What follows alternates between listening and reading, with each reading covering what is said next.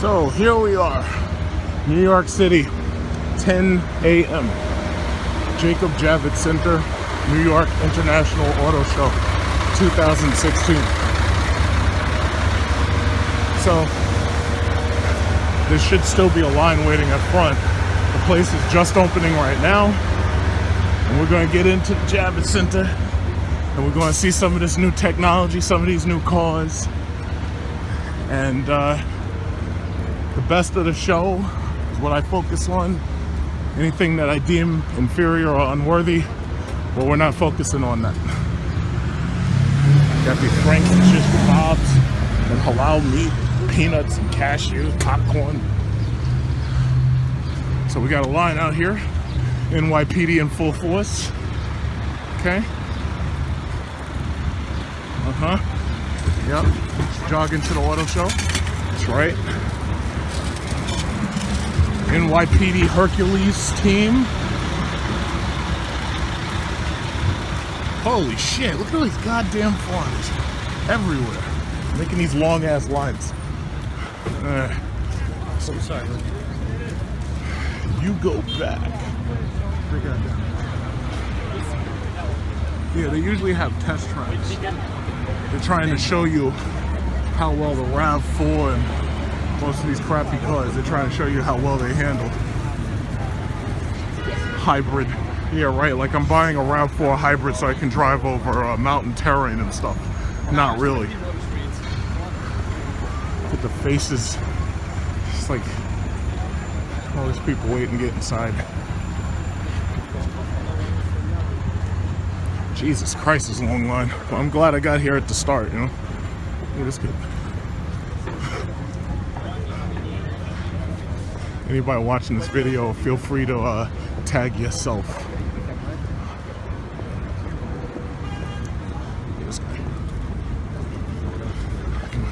You know what they say in New York? If you see something, say something.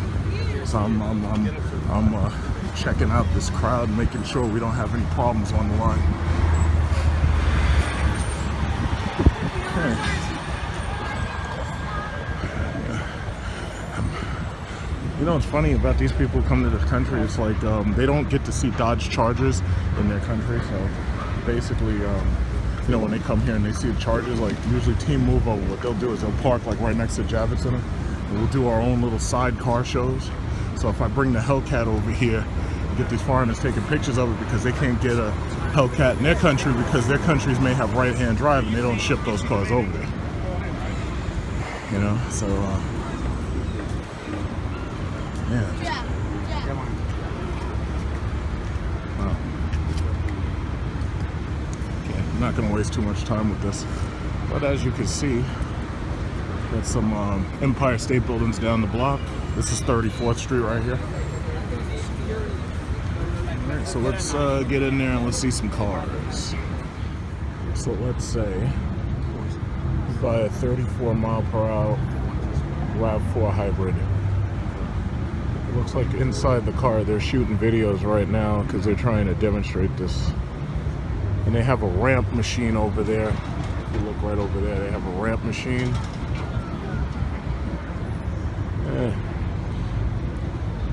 You know, here's the thing though. People were gonna buy this car anyway, so is it really necessary to do the entire demonstration? People were gonna buy it just because it was a Toyota. Just because it was a RAV4. Another boring, soulless Econobox. We don't drive cars like that. We drive V8s. I don't need 34 miles to a gallon. My car goes 0 to 60 in 4 seconds. When I'm on the road, it's like these guys are all sheep. Just eat them alive.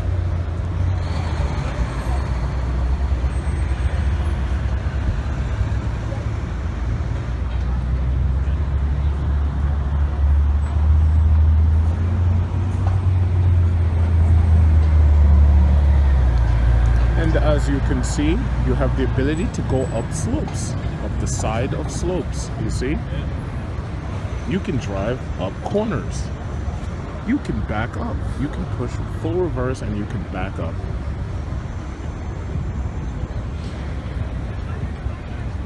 Yay, Dad, look!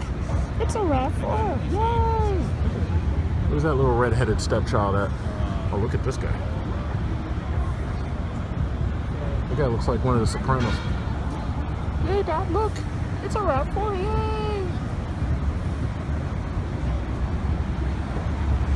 So as you can see, you can drive up small inclines. Really? Here's a question. Where do you have the 0 to 60 test? That's all I'm interested in. Whatever.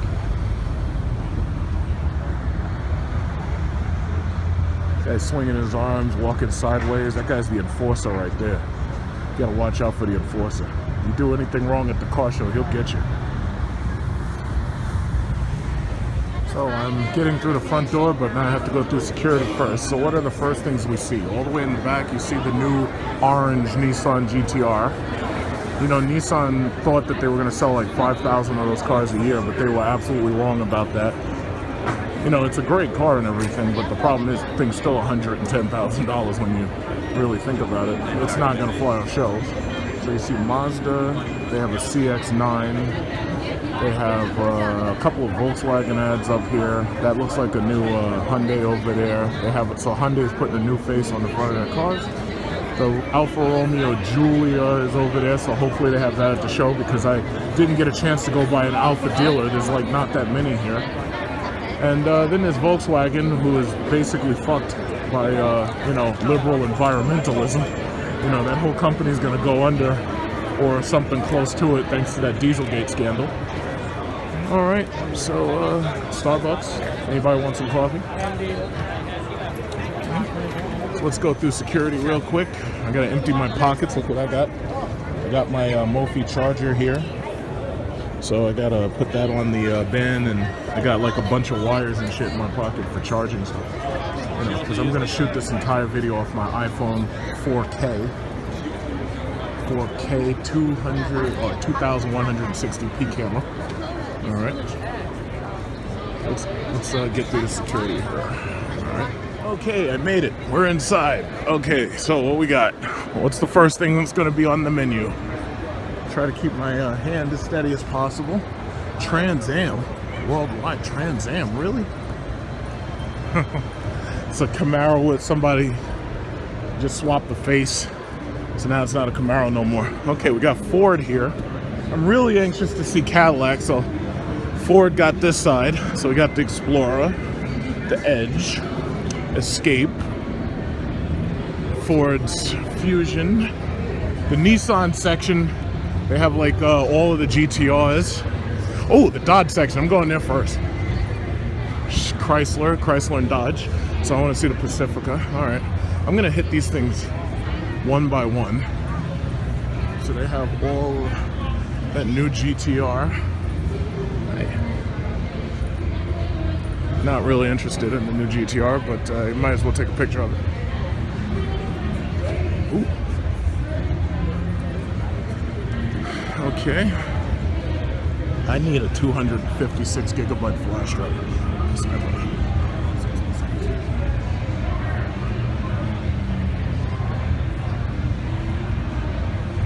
Okay.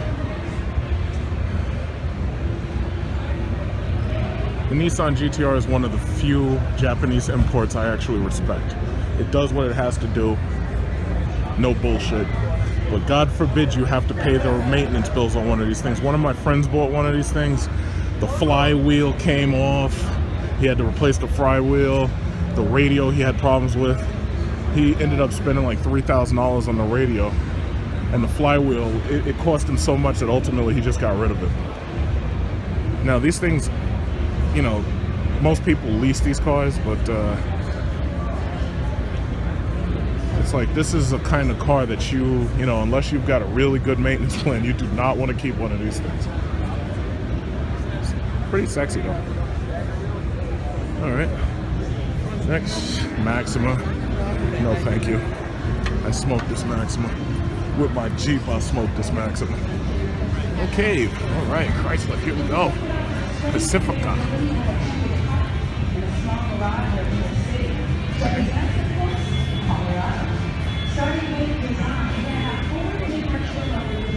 Okay. okay.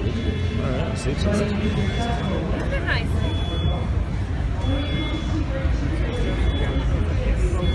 Okay, so this is a new Pacifica, and if you get the electric version, this thing can do 80 miles to a gallon. Yeah, let me sit in there.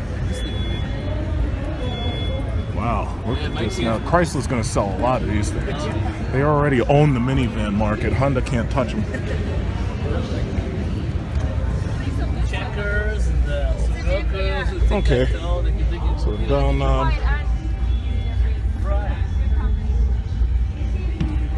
Selling cars now. Selling cars. I'm buying this one. Ooh, okay.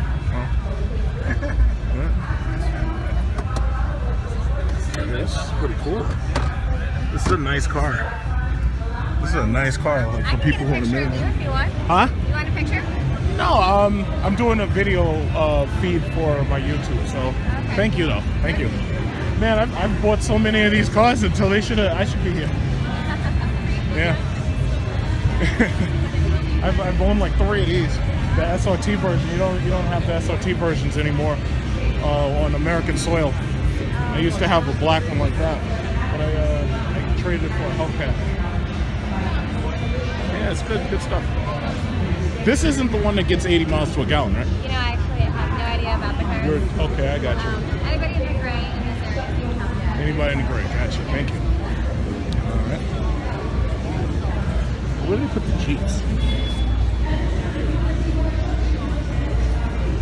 Oh, hey, what's up? Yeah, I've been there, done that. I used to have the SRT 300. Been there, done that. And now they got that stupid knob in it. I do not like that knob. I do not like that knob. It doesn't fit the character of this car. It looks like a Jaguar knob. I don't like that.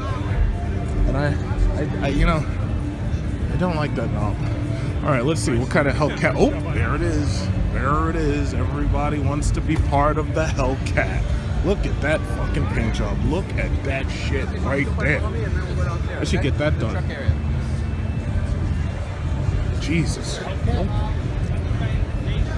Anytime you have a car that has a name that begins with the word the, as in the Hellcat, that's some ostentatious shit. Yeah, you can take pictures in it, buddy, but you're never gonna be me. No, I'm joking. Alright guys, how y'all doing? You guys work this section? Not really. Oh, no. Those attractive women do. Oh, the attractive women do? Yeah. We just fix the cars on the break. Okay. Oh, you fixed the cars? Oh, Someone's going to rip something off and I got to put it back on. Oh, Yeah. they're going to rip that logo off. That might happen. Be surprised. Won't be the first time. I bought one of these 3 weeks ago, and it was a red one, but it didn't get that nice paint job. You don't got stripes? Huh? No. The graphics. Yeah, my video's online. It's called Age of Hellcat. Graphics.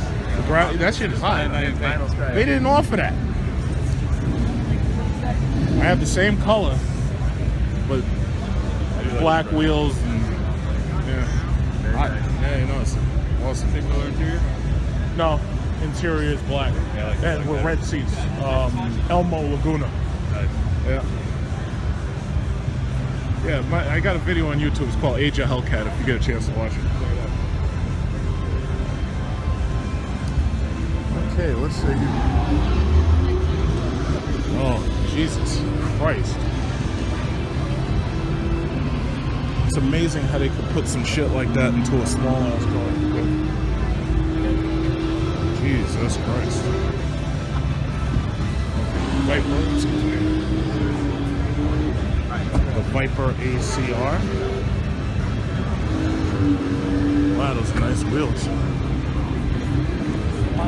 It feels good to own cars like this. It really does. It's like the Hellcat. That's a bit. It feels really good to own a car like that. Where's the Jeeps at? Oh, I think those are over there.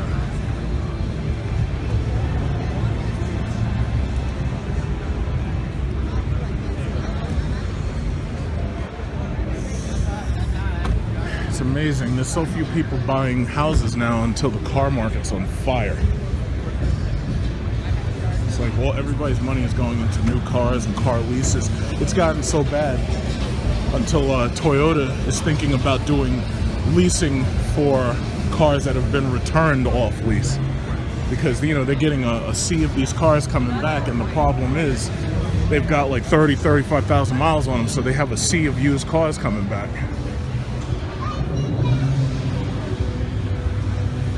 So they're thinking about leasing cars that are pre-owned. Chevy. New Chevy Volt. Oh, it's Volkswagen. I cry for you, Volkswagen. I cry for you. Sincerely, I do. The liberals are going to destroy Volkswagen. They're going to teach you to cheat the emission standards. You're going to pay dearly. And imagine if they had just put a 6.2 liter supercharged engine in their car, and they not only would they sell a couple of them, but they wouldn't be facing multi-billions of dollars worth of scandal. Oh, vehicle is locked. How do you expect me to race it?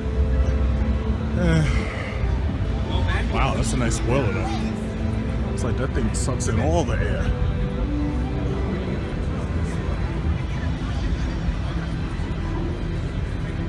Okay, we got Chevy Malibus.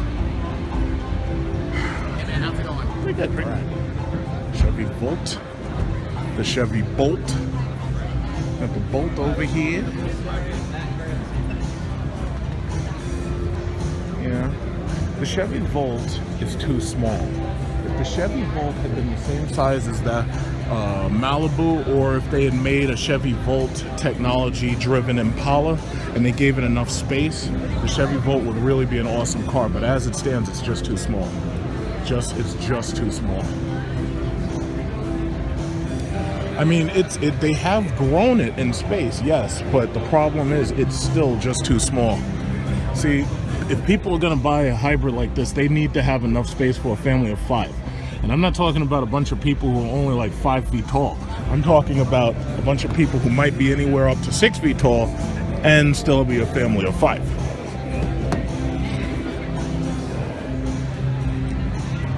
I have to say though, they have improved their materials. That's always a good thing. They have improved their materials. You see how the way this guy sits? Like, I'm sure if he adjusts the seat a little, he'd be better off. But see, if they had made this car the size of that Malibu, they really would have had a winner there, because then they would have had a plug-in hybrid that truly competed with the Tesla. Look how much bigger this is. This is that Malibu. Look how much bigger. Look how much floor space you got. I could sit in the back of this car. Why can't you make a Volt technology-driven Malibu? Test it out. I'm sure it would do well.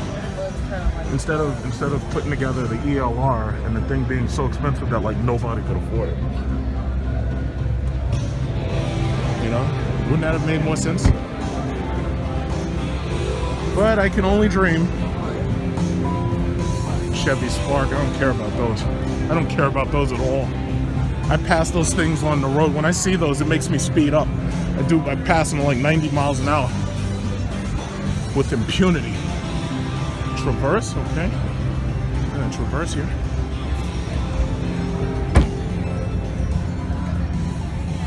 All right, yeah, Traverse looks like a rental car. Yeah, the colors in there are a little drab. I mean, granted, that's hands-free sliding door for the Pacifica. Oh, okay. Hands-free sliding door. Yeah, got sensors on everything. That's nice. Kia. So this is the Kia show. I have to say, Kia and Hyundai used to make fun. Kia and Hyundai make some damn good cars for the American market. Damn good cars for the American market. Yes, they do. Yes, they do. The Optima is a pretty decent choice. Now they got the Cadenza and the K900. Most people don't even know the K900 exists. They didn't really advertise it here. The only people who really know about most of these cars are the enthusiasts. I drove the K900. I made a little video. And I drove the Cadenza too, if I'm not mistaken. Yeah, I drove the K900 and I drove the Cadenza. But see, it's sad because the K900 is exactly what Cadillac and Lincoln should be offering. They should be offering a car that has a twin turbo V8 as standard and then goes up to an optional V8 engine. So why they're not doing it, I have no idea. It's like they're just not thinking. Either that or, you know, the emission standards are killing them. That's always a shame. Okay, there's a back door there. Turbo Kia, yeah. Let me catch one of these things on the road with that Hellcat. Let me catch one of you on the road.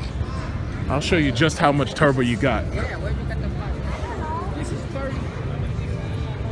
It's like Car Wars. All right, this is the Toyota show.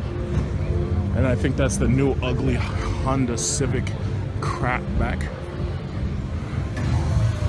Man, I hear you can't even really tune these cars anymore. I hear like all that Fast and Furious, you know, stealing engines and everything and tuning them shits up. I hear you can't do that anymore because of the way they design these cars now. I have to say the lime green is a nice paint job, but ultimately at the end of the day it's still a Honda Civic, you know? In fact, most people would rather buy the older Civics that you can actually really supercharge and turbocharge their engines. But I hear you really can't do that with these.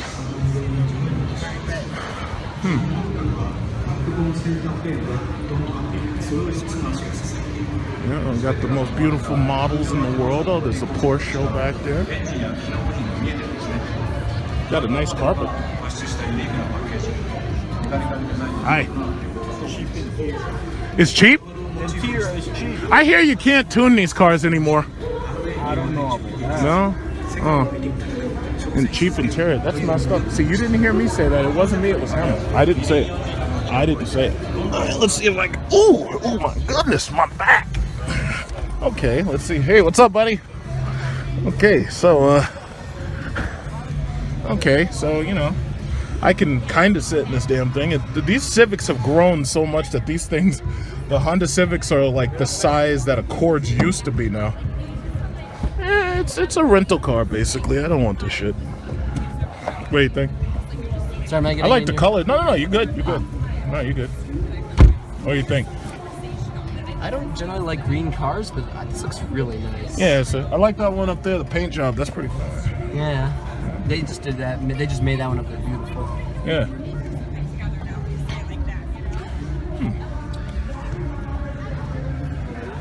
Inside could be a little fancier. It'd be nice if they had like the green lining, like the outside.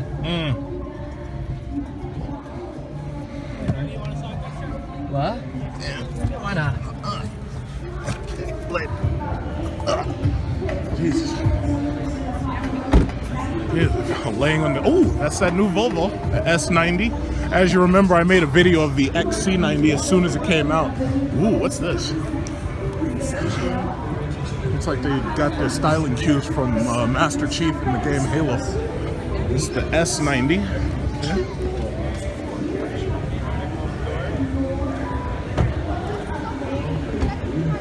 I'm not a Volvo fan.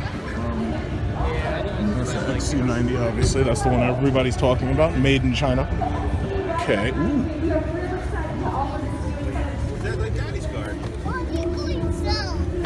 Okay. Ooh, I like these seats. I like the seat.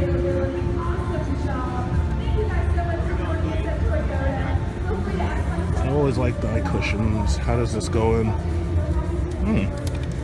Hey. How's it look? Pretty cool. Oh, I'm not on your legs, are I? I was just taking pictures of the seat. Oh, okay. And how does this go in? I guess, no? No. I don't know. Some of the power options may or may not work. So that's a passenger airbag shit. You can turn them off now? Oh, that's odd. You said turn this shit. Oh, that's pretty cool.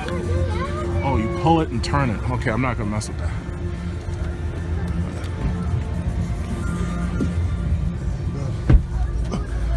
This is nice. It's like the XC90 all over again.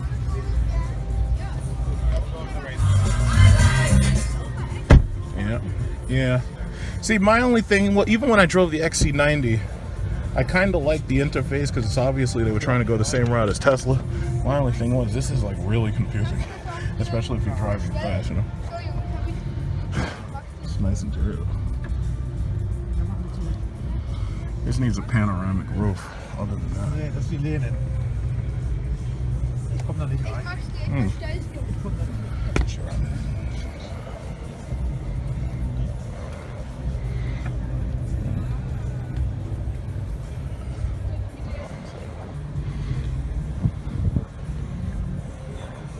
You fuck it all. Das ist mir wieder Badewanne hier.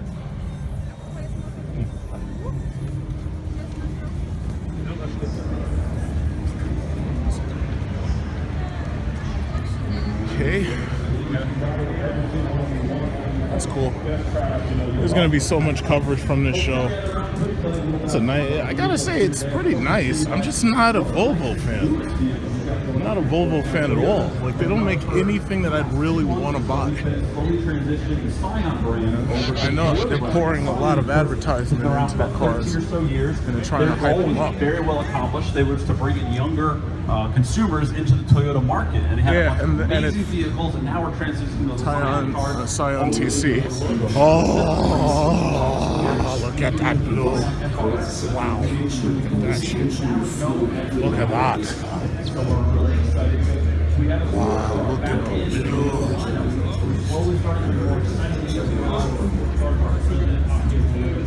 Oh my god, wait a minute. I thought, wow. Hyundai is making cars like this. It's like, that's just amazing. That's amazing that Hyundai can pull off a car like that. Let's see, where's the, oh, they got the XT5. It looks like they got the CT6. I'll come back to Hyundai. Oh, there's Land Rover over there. So it's the ATS-V. Maserati's over there. Okay, we got plenty of time because I got lots of space. It's got 128 gigabytes, right? XTS. Here we go. So this is what we've been waiting to see, huh? CT6.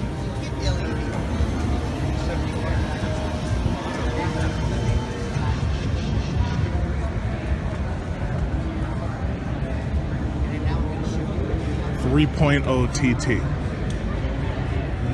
3-liter twin turbocharge.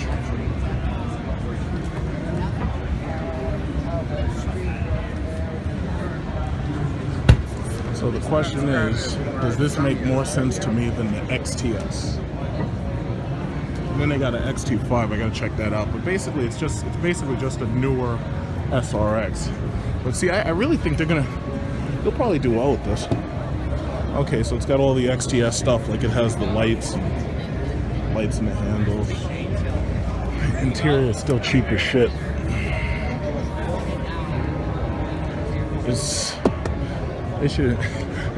I'm very... It's going to remember it for the next time it comes up or down. So depending on your eye, how tall you are, if you're supposed to yeah. So now if I kill this one, it should remember that exact position. So I'm going to shut it off. What? I thought this was my... No, that's your massaging seat, and we'll go to massaging seats next. Okay. So I'm going to power it back up.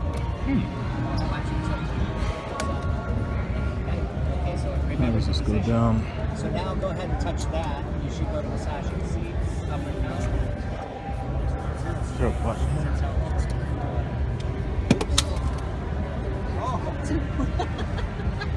I mean, yeah, it's a nice back seat. You know, they're trying to be like the S-Class. But nobody can be like S-Class except S-Class. Oh, okay, so they've put the things up here. Finally, I'm glad they did that.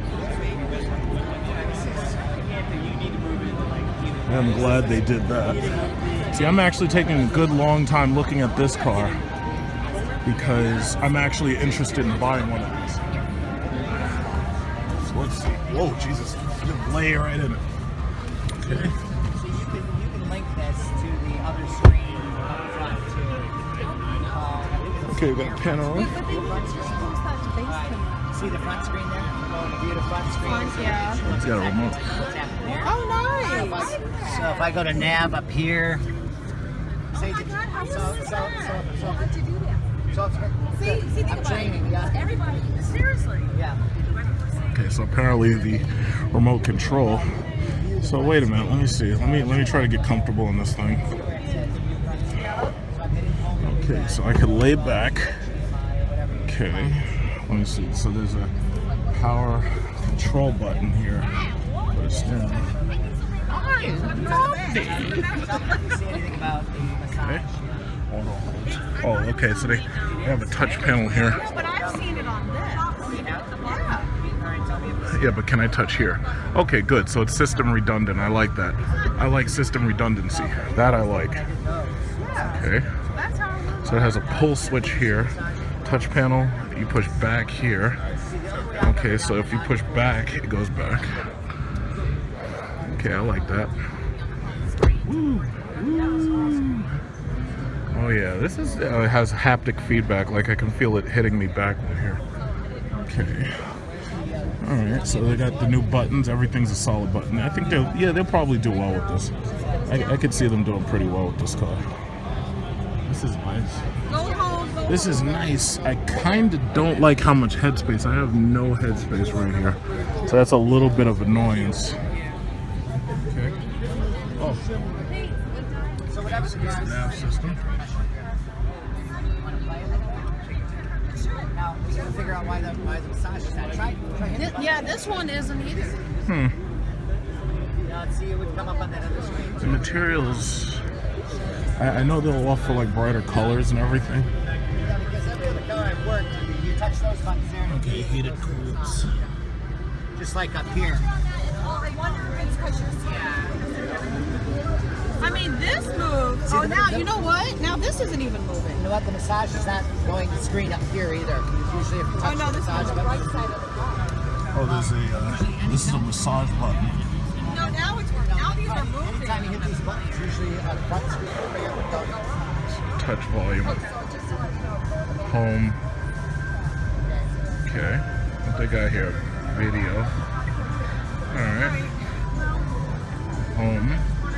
Okay, I mean, yeah, it's pretty. So this is the new Q system. And it looks like it's okay. It looks like it's a little bit faster. Traffic system, right? Okay, so you can see a long round wall. Okay, so you can see traffic and this, that, and other. Let me push home again. Alright.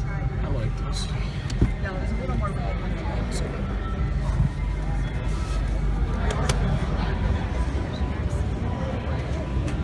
This also looks like it pops into.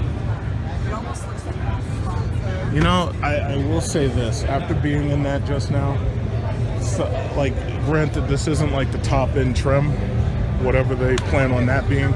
But to tell you the truth, the materials really do feel like they feel hollow and they feel very, very plasticky and they feel a little cheap in there. You know.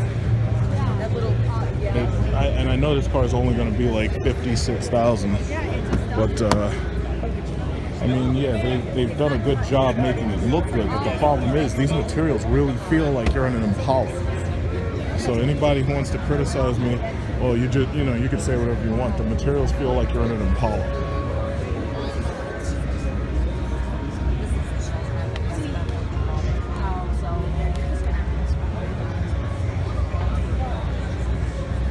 No, I tried hers too. Okay, so apparently the button for the Let me see the front if they. I was really interested in this, but I don't know. It's a little bit. I mean, it's big. It's basically a big XTS. That's basically exactly what this is. It's a big XTS with a 3.0 engine and a new Q system. But the materials in there, I think like there's so many different interior cuts until for whatever reason it just feels cheap in there. So, you know. Alright, let's take a look at the XT5. Because this also is another option I could consider. I'm trading in a Cadillac STS all-wheel drive. Okay, so this is the XT5 3.6 all-wheel drive. And this is a possible trade that I'd consider. I think the XT5 will sell better than that CT6, simply because this is a crossover. The SRX has been doing very well when you compare it to the CTS and you compare it to the XTS. The XTS mostly attracts livery sales, but most of the people who are buying these cars usually buy the SRX at this point. So most likely this car will most likely do better with home buyers, people who are not using it for business, people who are not using it for livery, you know. I don't see the touch panel, so.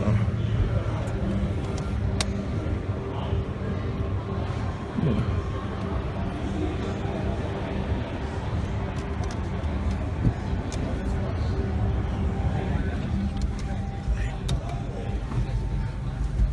I don't see the touch panel.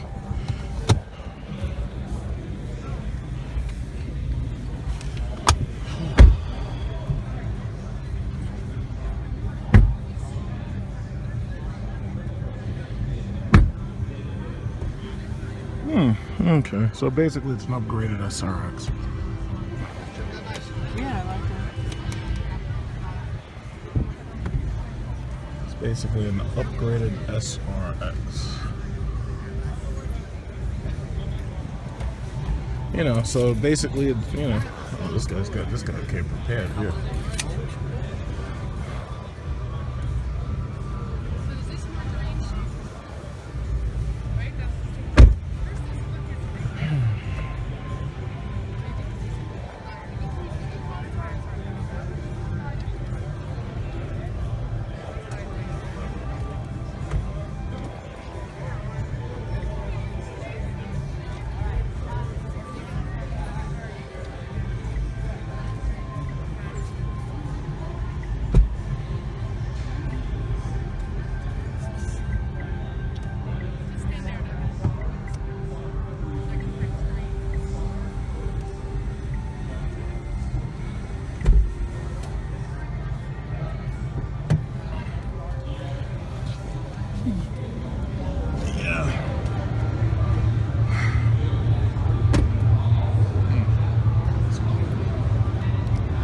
But obviously the CT6 is the one that everybody's going to be most attracted to, because really this is the first time they're going to get a chance to experience it. But to tell you guys honest truth, yeah, it's nice. The monitors are nice and the rear seats are nice, but it feels too cheap. It really does. I don't know. Maybe that's just because it's a demo version, so I'll hold off the hate until I actually see what it looks like in the store. But I'm not terribly impressed with that. Okay, so this is the Alfa Romeo Giulia.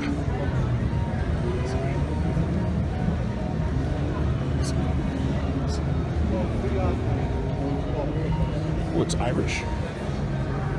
Okay, so basically the Alfa Romeo Giulia is Maserati by any other name.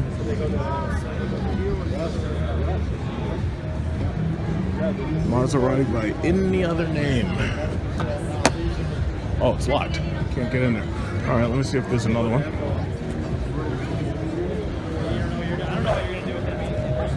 There should be one you consider.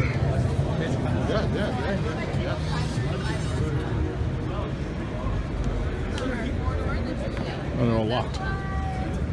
But see, you know what? I'm hearing that Chrysler Fiat is planning to move the 300 and the Charger to a smaller body, and they're planning to do away with the LY platform, but that's really a stupid move. The LY platform is proven, it's trustworthy, it's strong, it's rigid, and to move off of that platform and go to this smaller car, like I drove the Maserati Ghibli, and I wasn't impressed with it because the ride was harsh, for one, and second of all, because it was so much smaller than, say, the Charger and the 300, which really don't need to be smaller. Those things need to be stretched. You know?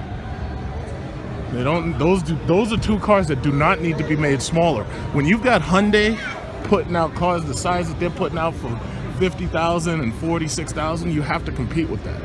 The last thing you want to do is make the Charger and the 300 smaller. That's a stupid move.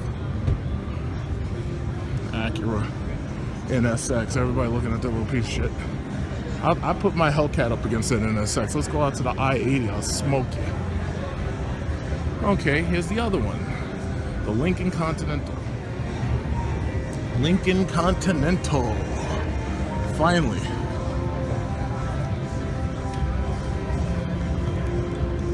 Well, this was a concept last year. And they lock it. Apparently they don't want you to see it. This, I will say this.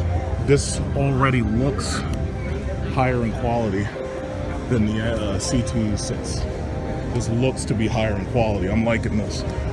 I'm liking the quality of it. I'm disappointed that they don't have a V8, but the quality of this looks a lot better. Like Lincoln, that's, you know, the materials that Lincoln uses, like that Bridge of Weir leather. Oh, what they got in there? Oh, I think they have the refreshed MKZ. Oh, there's the Navigator. I'll go in there in a second. Well, no. I have to say the Lincolns seem to have a higher quality going than the Cadillac does. Because one thing I can say, I've got family with Lincolns, and they've always bought Lincolns. And one thing I can say is they've had a hell of a lot less problems than the people in my family with Cadillacs. Wow, Jesus Christ, that thing is blue. Oh my gosh.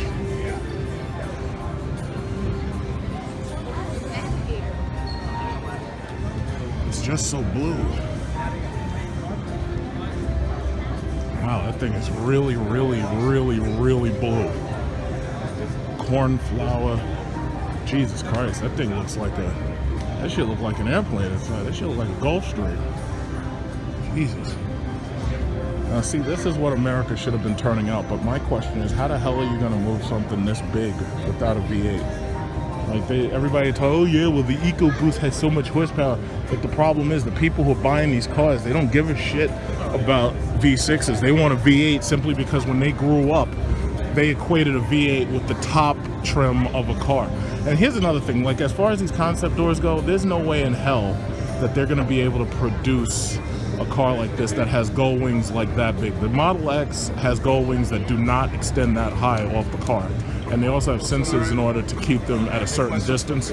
There's no way in hell that, like, I don't even think the regulations will allow you to make a car that has two doors that can't be separated and both of them go up. I mean, if you look at this, you'd almost need like a 12-foot ceiling in your garage just to park this monster. This thing's a monster. Look at this. This thing is a monster. Yes. It's an absolute monster. How are you?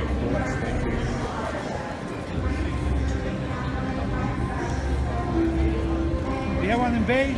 I know, right? So you think they're gonna produce this stuff? They're looking at the size. And the running board, even the running boards. Oh my god! It's like this shit looks like if you went on a picnic and you opened up the entire car and you started a campfire on the second row. This thing's a monster. How are you, gents? David. How you doing, David?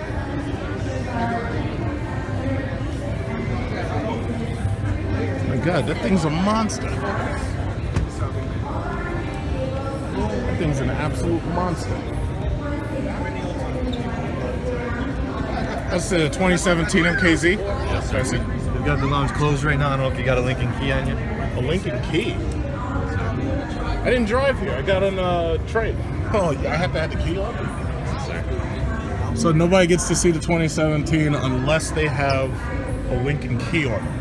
Or by invitation, yes, sir. So I'll tell you the secret. If you talk to one of these guys, You know what's awesome is they'll when walk you you show... back in here. They just got to be like that. Well, it's like this. We got a 2010 Navigator. I was looking at that thing. I don't think they're going to really produce that. Yeah, Come on in. but you know, we got an MK. We have that MKZ, but we got it in black. Okay. Cool. All right. So you see, big truck series. Big truck series. Okay, so we got the chocolate MKZ upgrade. You see, big truck series doesn't believe in obstacles. This looks nice. I like that chocolate. That's nice. It's a black. This must be a black label. Oh, this one's a hybrid. Oh no, this one's a hybrid. 2.0 hybrid. Okay.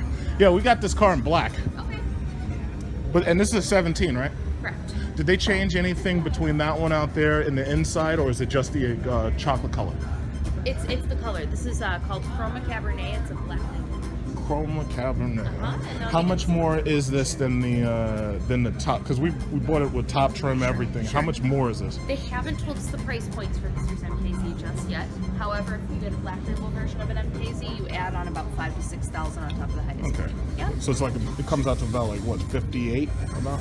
They haven't told us the price points on this version just yet. But Okay. it's going to be available this July. I'd be happy to send you a spec book on this. It has all the info on it if you'd like. Sure. I'll be able to do that for you. All right. What is it? And also, I'm emailing you a certificate to go in and test drive a Lincoln within 30 days of the show. If you go in and do that, they give you a $75 MasterCard as a thank you. Oh, okay. So just be on the lookout for that in your email and that spec book that's going to have all the info on the new MKZ for you. Thank you. Thank Okay. you. Yeah, because here's the thing. Like, I'm kind of not happy with the fact that they don't offer a V8 anymore. Because the V8 that's in the one that we got, it can run on regular unleaded. So it's like the mileage per gallon isn't, it's not spectacular for something that big. But the thing about it is it runs on regular unleaded, so you don't have to use premium, right? But the turbocharged one, they told you can't use like regular. You only can use like. You're gonna get the max performance out of the premium. Turbochargers force you to use that higher fuel, It is a V6. It is turbocharged, but like I said, I believe you can use unleaded, but they regular. Right. Yeah. Right. Because I really like that the other V8. We tow stuff with it. We tow a trail. It's really it works perfectly. Never have a problem. Right. Well, this new one is going to have 400 horsepower, turbocharged. They generate, so it has pretty much the same. Oh, it looks fantastic. Yeah. It really does. Yeah. It is nice. Fantastic. Yeah. Okay, so this is Mercedes and BMW. So they have a S600. Everybody's looking at the i8. I think it was $140,000 or $150,000, and extremely impractical. So they're not going to sell that many of them. Nobody wants a car that more people are able to get. So once you start seeing lots of them, everybody's going to get rid of theirs, trade it in for something else. Okay, this is the S-Class Coupe, locked up. They don't want you getting in that, but they do have the S-Class, which, everybody pretty much already understands is probably the baddest fucking car that you could possibly get if you got $100,000.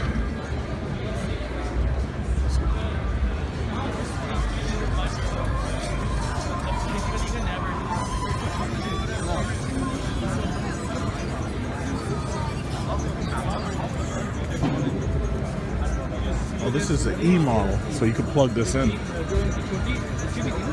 Oh, and they should have the E-Class up here somewhere. This is E43. So that must mean that they have the E-Class on display. Yeah, that's yeah.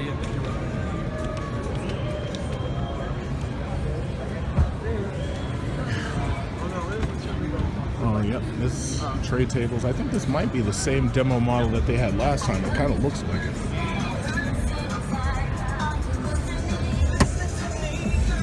Tray tables.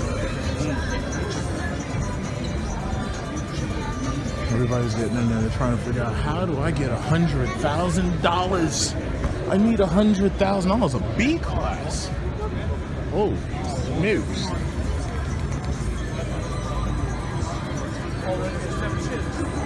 The B class.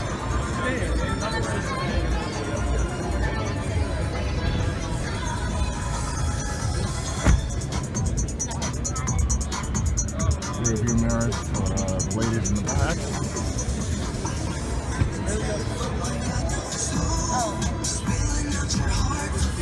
They should have opened up the panoramic roof instead of closing it.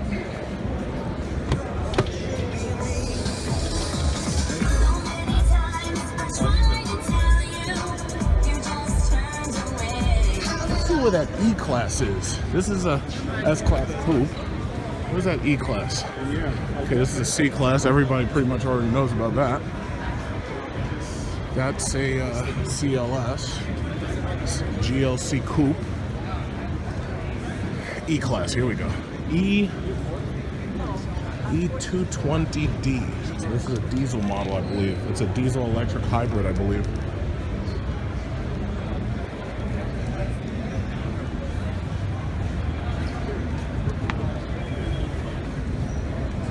See a real safe space. Oh yeah, they're gonna sell 1 million of these things. They're gonna sell a lot of these cars, boy. Mercedes is gonna have to hire a lot of people to make more of these. Wow, look at that. Interior, man. Oh, that was your thing? Oh yeah. They're gonna sell a lot of these, boy.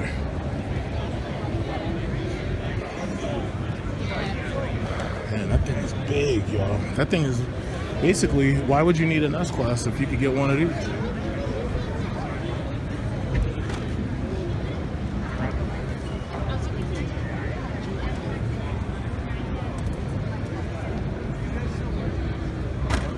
Oh yeah, man, they're gonna sell a lot of these, man. I think it's time to buy stock in Mercedes-Benz if you haven't already. What's this? This is a CLA, yeah. Oh, excuse me. Mm-hmm. Oh, yeah. I know. I know I could. I wanna. I'll wait till he gets out, but I know I could.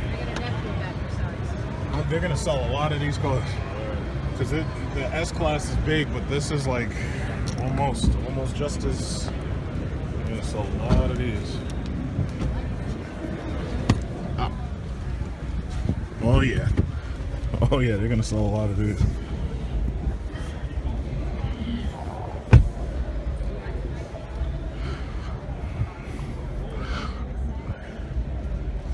Mm-hmm.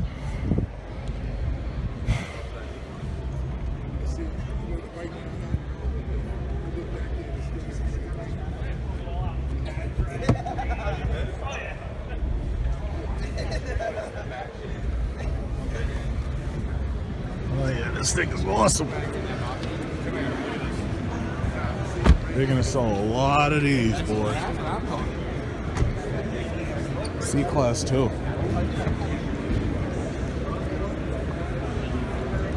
And that's a C43. Ooh.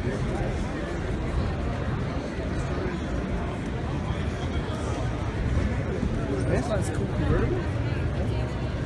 Oh yeah, look at this. They're gonna sell a lot of these.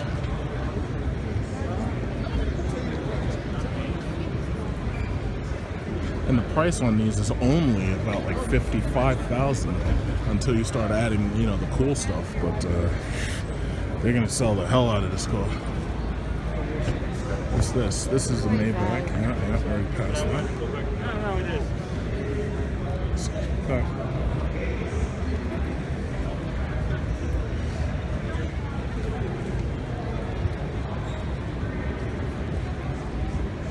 AMG C-Class Coupe. Can you imagine how these cars are going to sell once the depreciation hits? Can you even imagine once these cars are depreciated how many of these cars Mercedes is going to move? Wow, they got a C-Class that looks like a CL. That's deep. Wow. And probably costs less than 60. I mean, it's probably about 70 fully loaded, but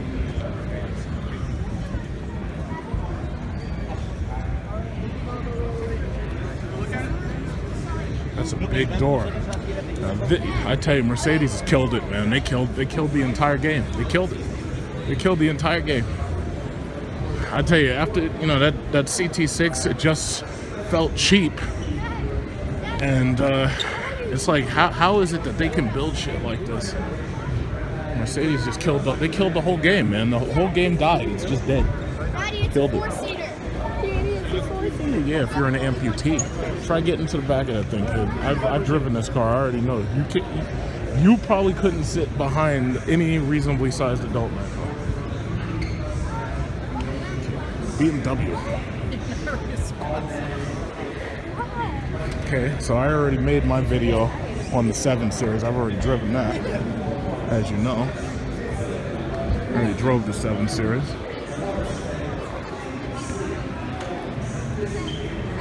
I already made my little video review. Oh, they got another one over there. Let's go over there. This is gray. Matte paint. Oh snap, they got cars up there too. They got Ferrari show.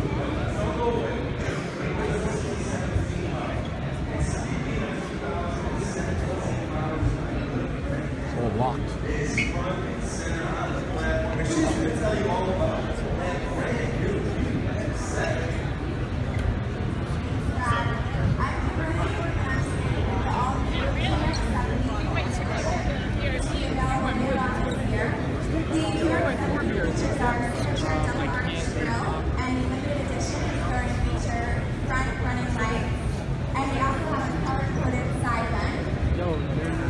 I didn't see the Jeep show, so they must have that downstairs. Oh, this is Alpina. This is Alpina, probably another B7 or something.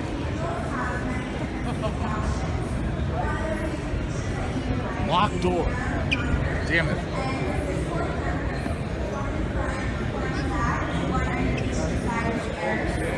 Alpina B7. So in order to get a car as nice as the S-Class, you got to get the Alpina. Otherwise, you just get a regular 7 Series. Oh, it's got the heads-up display. Okay.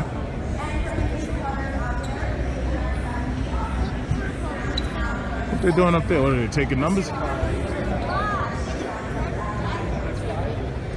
Yeah, all their X-Drive stuff I really could care less about.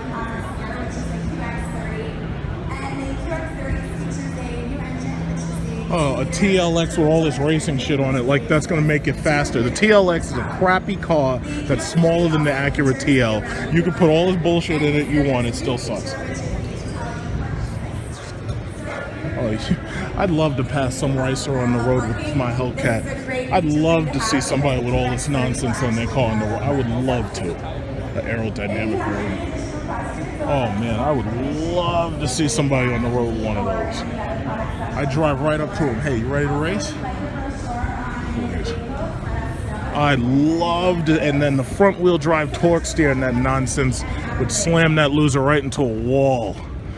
Yeah, that's right. I have no respect for Acura, especially with these explosive airbags. These airbags, I'm very disappointed with how Acura treated my friend with his airbag recall. I'm very disappointed in you, Acura.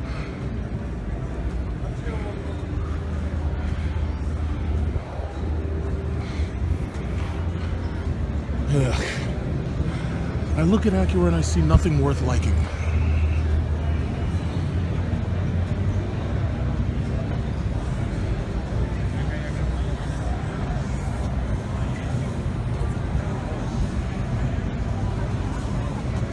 Alright, so I got Infiniti over there. No, thank you. Maybe later. I basically came to this car show because I was really interested in seeing the CT6.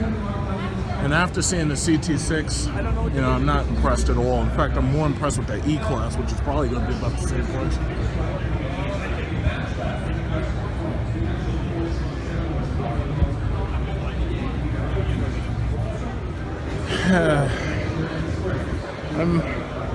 So this is an NSX. Designed by a woman at a price that just about none of these indebted college graduates will ever be able to afford. I hope you've got a job in Silicon Valley, because you sure as hell ain't getting one of these unless you Tony Stark.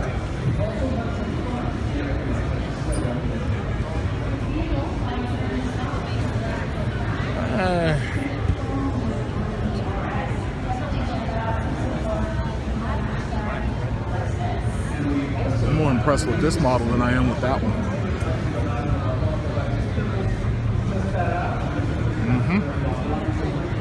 Far more impressive than that lame Acura. My Hellcat would eat that thing alive. Thank you so much for stopping by, Alexis, where we are in continuous pursuit. Eat it alive. My Hellcat would eat this car too. Let's put a red car versus my Hellcat. We'll see who wins. I'll eat these cars alive. Let's get on the I-80. Let's take it to the I-80. I'll show you what a car is. Got American. I got an engine that's twice the size of like a truck engine. I will eat you alive. Whew, Julia. My goodness, Julia. Alfa Romeo, huh? My goodness. The Julia. Hells yeah. All these red. Red.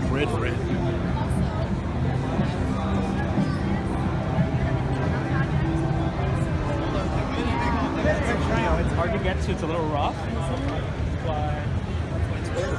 Yeah. It's 2 liter. I'm gonna find the Jeep Grand Cherokee show. Since, you know, unlike most of these people, I actually plan on buying one. I gotta say, Cadillac's got really nice exteriors. It's too bad the interiors suck. I like just touching the inside of that thing, I can already see all the shit that's gonna go wrong with this car. Just by touching it.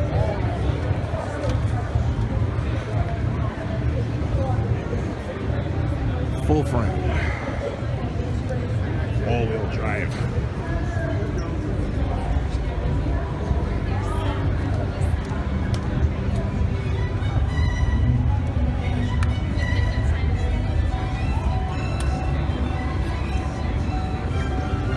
Let's see what they got. They got buttons here. Oh, they got cooled seats right here, heated seats, and the CT6s.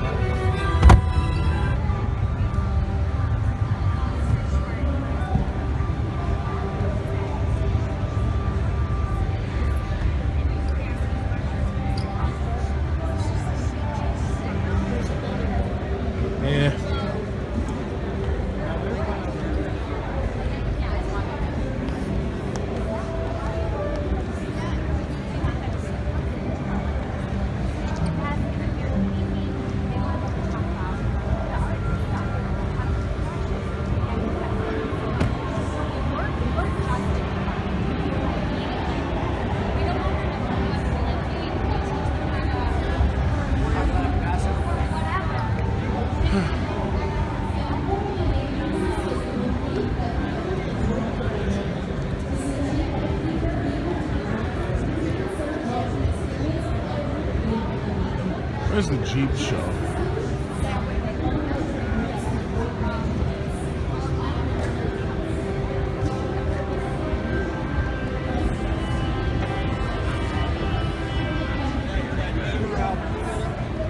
It's the LT4 engine. Supercharged LT4, yep. That sure as hell ain't as big as that damn Hellcat. No, it ain't. No, it ain't. Yeah, the reason why I'm splitting the video like this is just in case something happens, I won't get a corruption of the file. So this way I can keep making longer and longer edits without having to worry. Oh, this is a G90 Genesis. Turbocharged V6, which is producing.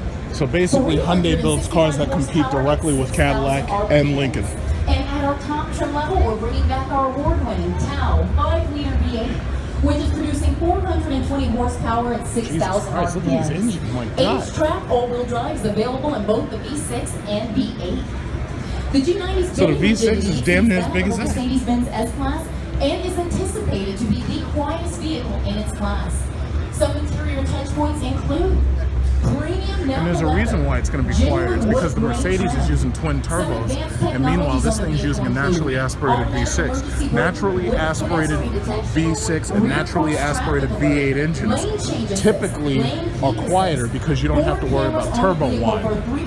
And that's why I've noticed the Genesis is a quieter car than the Mercedes S-Class W222 is. Again, my name is Veronica. Oh, hey, I didn't even see it. Wow. Bro, Korea's not in the cars, man. Thank you so much for stopping by and enjoy the Man, you couldn't even see him up there. He's laying up in there. He's all, wow. Oh, snap. This thing has automatic, it has automatic retracting doors. So they got a Hyundai that looks like an Aston Martin and a Jaguar at the same time. That's incredible.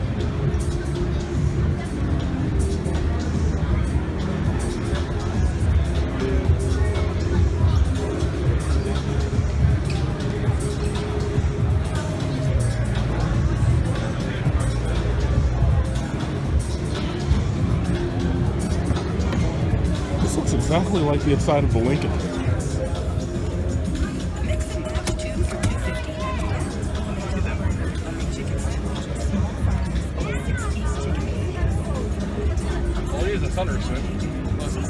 No panoramic roof. They should have had a panoramic roof. This way it'd be easier to see inside. I think there's a concept though. I got the original bag. That's so funny. Go. Well, yeah, laugh at them just because they have mirrors. That's what makes it worth it. You'll train to strengthen your body. You'll help raise funds to crush breast cancer, and you'll discover you have 2 days. Miles is hard, but it pales in comparison. Bro, even the lights slowly go on. It's so much.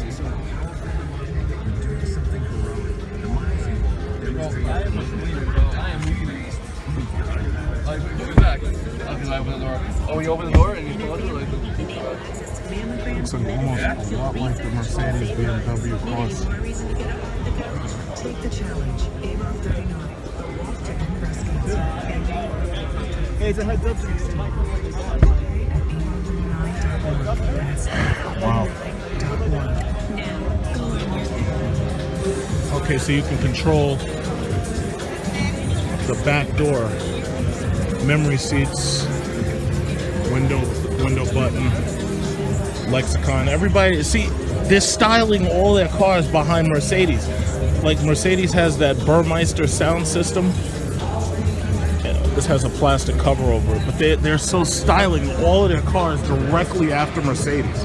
It's like whatever Mercedes does, that's what we're going to do.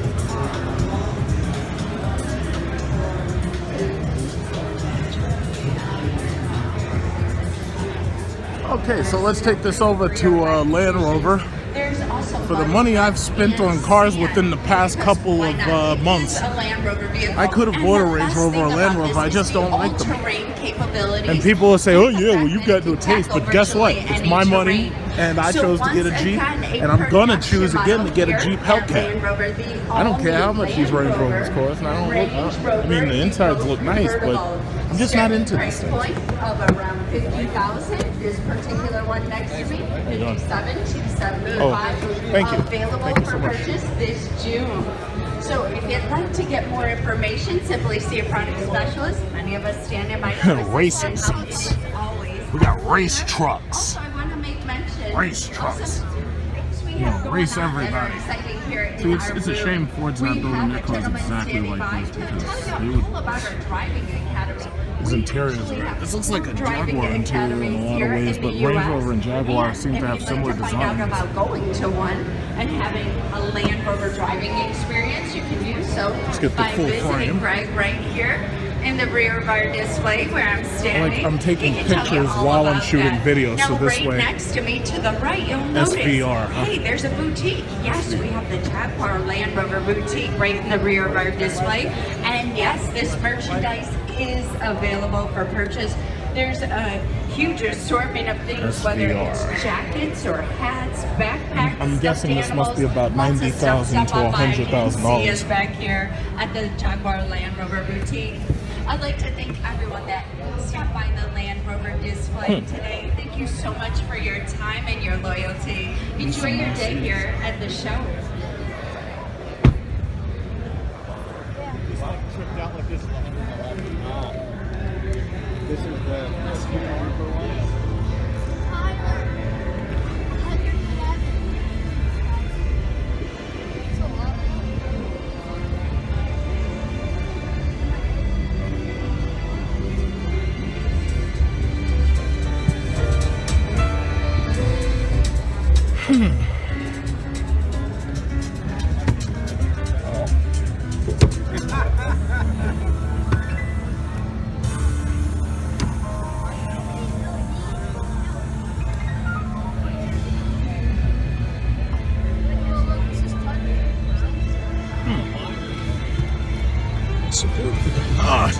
They got the Bentley.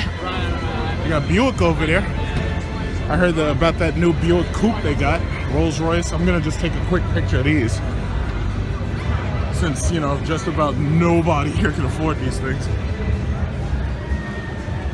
Phantom drop head coupes. I don't know if you ever saw that video that I made with Brian Cooley from CNET, But if you check through my videos, I have a video where I was with Brian Cooley from CNET, and we were doing a Rolls-Royce drop head coupe photo shoot. So if you check my videos right now, you'll see that video there. Just type Brian Cooley and then type Big Truck Series Review, and you should see it pop right up. And you might even type Rolls-Royce drop head coupe. But we were doing a photo shoot over here in downtown Manhattan. I see him. So this is the Jaguar, the F-Pace. Oh, there it is. That's the new car, the F-Pace. Over there, the red one. I think that's the new Jaguar crossover. That's basically just a rebadged Range Rover, Land Rover, and it's called the F-Pace. Because basically all of these companies that used to make all these small cars, they already realized that they can't sell any of this shit no more. They have to make nothing but crossovers now. So now everything's a goddamn crossover. And I do understand it because, you know, even me, that Hellcat, I can't drive that car all year round. You can't drive no Hellcat all year round. You have to have a 4x4 if you live in the Northeast. Gotta have a 4x4. And because of the fact that these new 4x4s have, you know, they're so much taller and they give you so much more headroom, you know, everybody would rather have a crossover now, apparently. This is the Evoque Jaguar concept.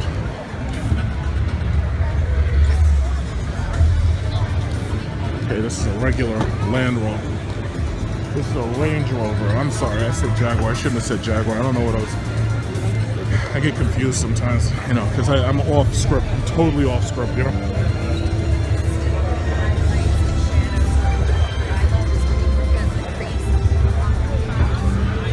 This car is gonna probably do way better than the XJ did. The XJ was a nice car. And as you remember in my videos, we actually leased one, Champagne. It's a nice car. Looks exactly like the inside of that Range Rover, doesn't it? And I know they share a lot of design features, concepts, materials. So basically, it's the new Jaguar computer, and it's the same Jaguar materials. F-Pace.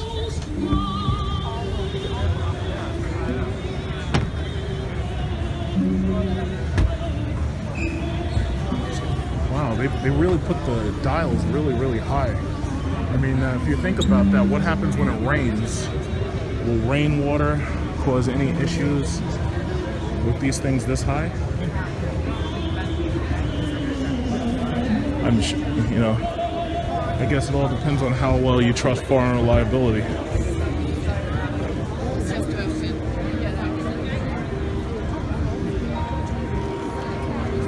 The Jaguar's got a nice show going here.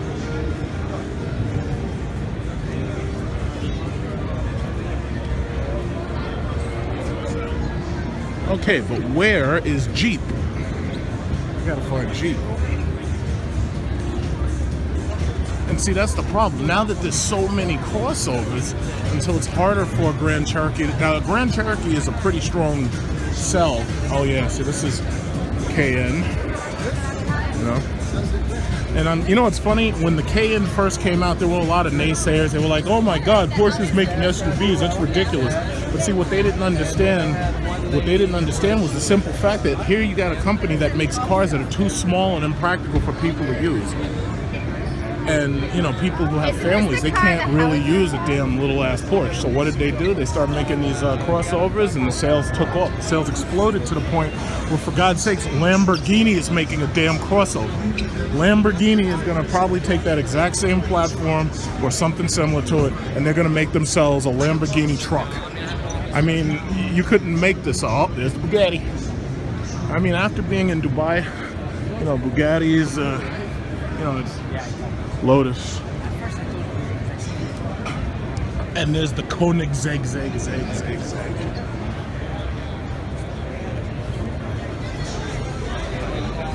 Oh, excuse me, Spiker.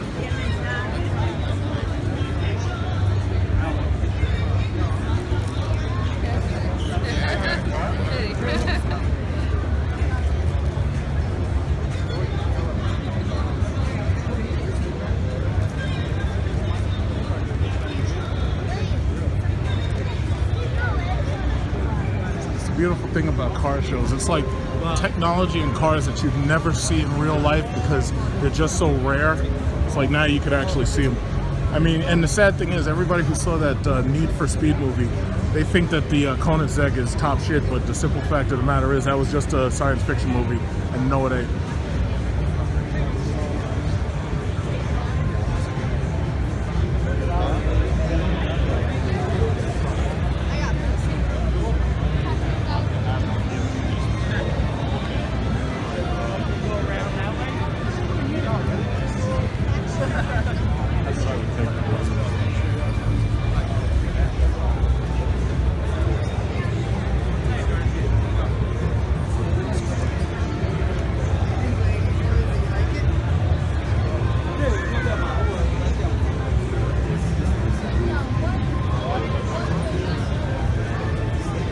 They don't want you anywhere near these things. Each one of these cars is like $2 or $3 million. They don't want you anywhere near them. Keep your damn hands off me, you damn dirty ape. They don't want you anywhere near this thing. And that Bugatti, I could care less about any of these things. I want that Bugatti, but I want the Chiron. The Veyron's old. That's so 2000 and late now. I need me a Chiron Super Sport. And I know you probably, you know, pronounce it Chiron, but I don't pronounce it like that. I call it the Chiron. The Chiron Super Sport. I like that shit. As soon as I get like $5 or $10 million or something so that I can spend it on a car, I'm getting me a Chiron. Now, my battery life at this point, after I've been recording this long in 4K, is down to about 30%, but as you know, I have a big MOPHIE in my pocket. So what I'm gonna start doing eventually is I'm gonna actually, you know, sit back, enjoy the show, and I'm going to what I'm gonna do is I'm gonna recharge partial of my battery. Oh, I think he's gonna put the top up. Okay, I think he's gonna put the top up. 難しいものがあったら取り組んじゃう。例えばローターエンジンっていうのはマツダしか作ってないんです。やはりこのエンジンが一般のエンジンって優れているんだよということを証明するにはこの24時間です。まさか勝つとはっていうのが正直な話。ガイナが精神っていうのが決して諦めないとか突き詰めるとか英語で言えばキャンプですね。未来はエンジンの燃費を世界一にすることにこだわっています。でも我々のやり方で軽くてちっちゃなエンジンと軽い車体とすごく Thank you. これを合わせればまた新しいスポーツカーの価値生まれそうな気がしますね。For the few Chinese viewers that I actually have on my channel who give a damn about Buick, I might as well come back here and take a look at that new Buick that they're talking about right here. So this is you know, China buys the majority of Buicks. This is the Buick Avista. China buys the majority of Buicks. Americans really, I mean, Americans used to like Buick, but the problem is badge engineering has created a situation where it's like you're more likely to want to buy a Cadillac or even a Chevy than you are to buy the Buick. Now, if Buick makes shit like this, oh yeah, they'll get some sales. But, you know, it's pretty nice.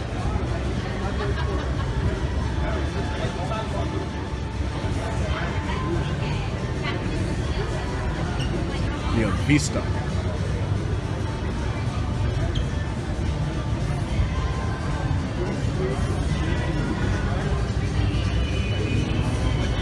Hell, I'd rather have this than that Acura.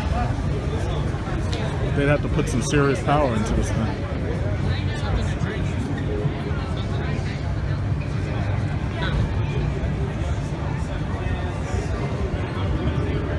Yeah, look at the interior.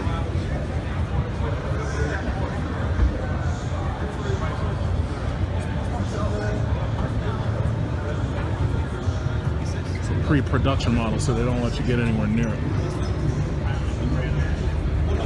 All right, good afternoon, ladies and gentlemen. Welcome to the Buick display. My name's Matt. It's great to have you here with us. So we're featuring an all-new, and when I say a very different kind of Buick, well, you know I mean it, because that's what this is, a very different kind of Buick. This is the all-new Buick Vista concept, an all-new take on Buick luxury, style, and performance. Now, speaking of performance, it's definitely been a part of our DNA since the very beginning. The Vista concept certainly is no exception. Vista's flowing sculpted lines take on an all-new interpretive expression with a very long sculpted hood. You've got a low front and rear fascia, bold body lines that are highlighted by the absence of a B pillar on either side. So you've got your A pillar, you've got your C pillar, but you don't have a B pillar. So this just gives it a real nice, clean, sporty look. An arching roofline creates a sporty stance that is enhanced by these stunning 20-inch alloy wheels with low-profile Pirelli P0 performance tires. And we have a new LaCrosse. So basically the LaCrosse is an Impala with Buick materials, whatever that means. Vehicle's locked. Yeah, it's basically a Chevy Impala. So this, like I said, that sense of motion carries on into the interior where you'll find an engaging driver-centric environment. The controls are intuitive and ergonomic. We have the highly contoured, heated leather seats. Of course, those are trimmed in premium leather. They come in a personalized 2x2 layout. So the seats are just an indication of the premium materials used inside the Vista. For example, there's a rich mix of contrast tones, exposed carbon fiber, aluminum trim all throughout the cabin. This is all there to remind you that you truly are on the inside of a luxury sports car. Now this premium interior will come with a host of technologies. Actually, before I touch on that, I want to talk about this floating center console right there. It's very unique, very contemporary. It serves a purpose, and its purpose is to connect with 37,000. So this premium interior comes with a host of technologies. This includes our next generation. Okay, I want to find the Jeep show. See what else they got around here. So we're back at Kia.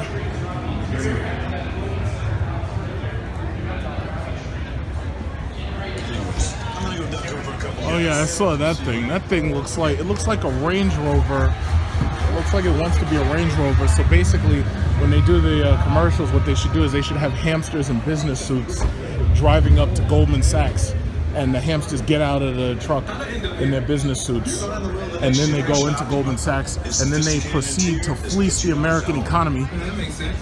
And then when they, spend all the money on these cars, then the U.S. government bails out the hamsters in the business suits.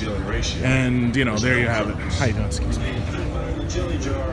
Hamsters in business suits. That's what we're talking about here. Hamsters in business suits.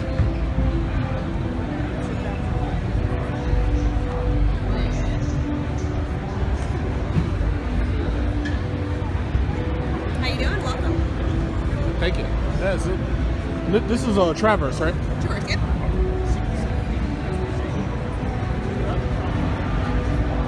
Okay.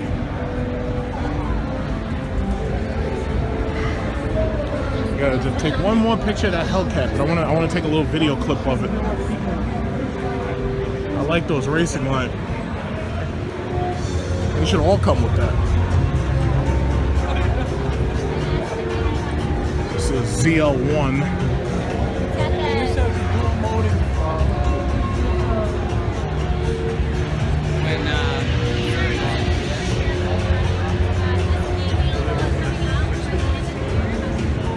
So basically the internet's going to be flooded with the same picture, since everybody's basically taking the same picture from like the same angles. Look at that.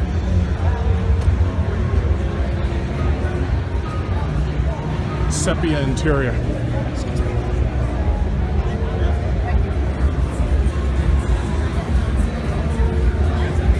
Got a racing child seat. Is that funny?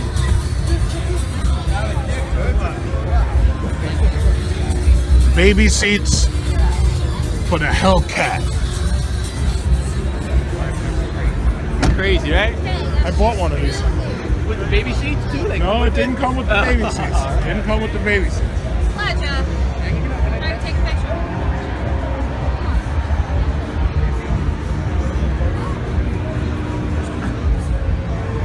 My car right here.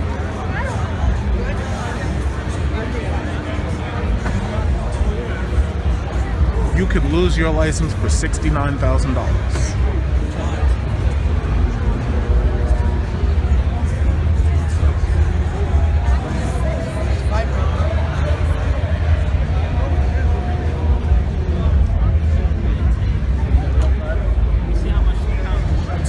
that they can even fit something like that in a car.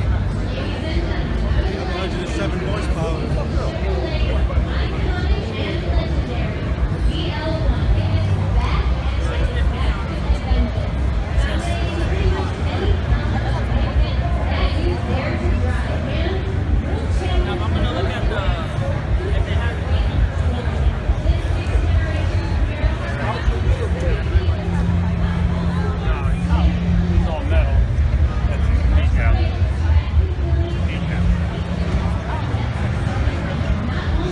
Find the Jeep show.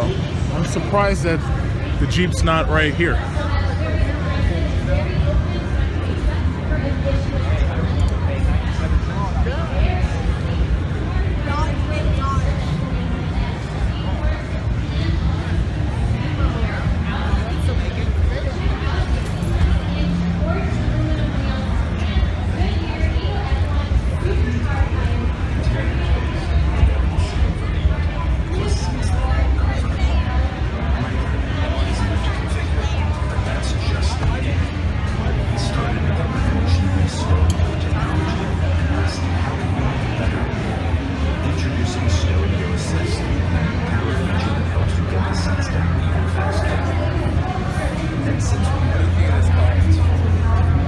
Gonna take one more shot. My battery's down to 20%, so I've gotta get ready to start charging. Oh, you can play checkers on this one? Dude, you gotta cry. Oh my goodness, you can play checkers. Sure thing. You can take the seats like out of the car, yo. Who's this? You got the tripod and an iPad. Excuse me, where's the Jeep show? They do have a first floor. First floor. They have a Jeep inside, and then they have Cam Jeep outside. So the SRT Jeep is downstairs? They have one, I don't know if they have one here. I haven't been down there, but we'll check it out. Okay, so all the Jeeps will be down there. Okay. Okay, so she's saying the Jeeps are on the first floor. I want to go check out the 2016 Jeep Grand Cherokee.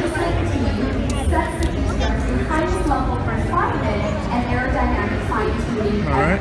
You can really see the difference when you compare the 2016 to the 2017 version. The new exterior language, including the V-motion front grille and the deep front fascia. Your cars are ugly. The forward is brand new, including a hood that's been specially reinforced to limit deformation at racetrack speeds. The side sills and the rear fascia are also brand new. The new real storage behind the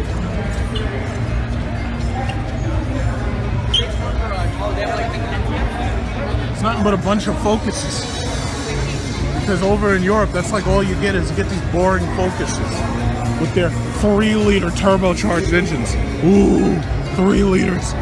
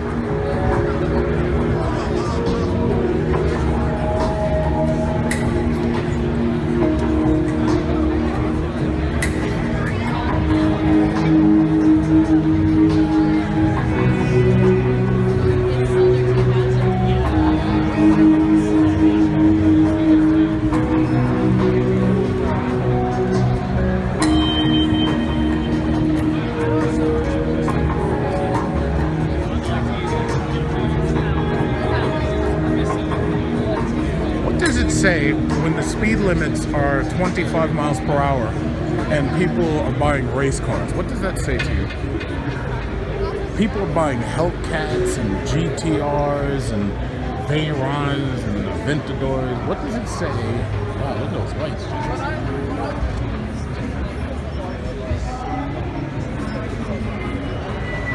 People are buying race cars. What does that say? Does it sound like people are trying to get better miles per gallon? No, it seems to me like people are actually racing cars nowadays. That thing looks tight inside.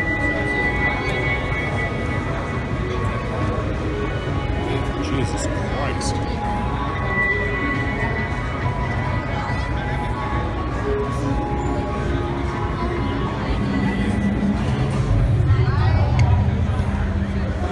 And here's the Ford Taurus show that nobody cares about. I was driving Amy's mom's. It says show on it. I was driving Amy's mom's Impala. This thing feels. Okay, I gotta go find that Jeep show. I just want to see the new stick shifter and everything.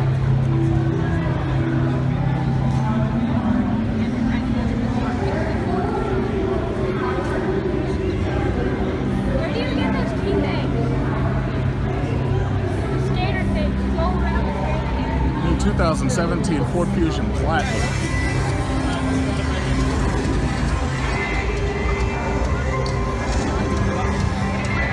Who is this lady? And why is this guy got all this camera equipment like he's in the movie Aliens? Holy crap, look at this roof. Wait a minute, wait. This is just a prototype. Yeah. They just want you. Hello everyone and welcome to Ford. My name is Dahlia and I'm standing over here next to the very exciting 2017 Ford Fusion, which we redesigned with you in mind. We have a lot of exciting new colors for you. This is our burgundy velvet metallic, which everyone has been commenting on. Our white gold is right over there. And we have a range of powertrain Alright, I gotta go find that Jeep show. Wow. Fusion for 2017, including 3 EcoBoost engines and a naturally aspirated engine, and also our hybrid and plug-in hybrid options as well. Okay, let's go find the Jeep show.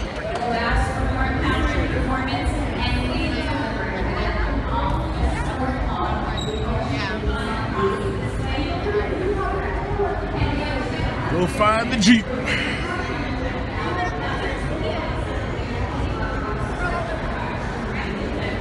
Shelby GTH.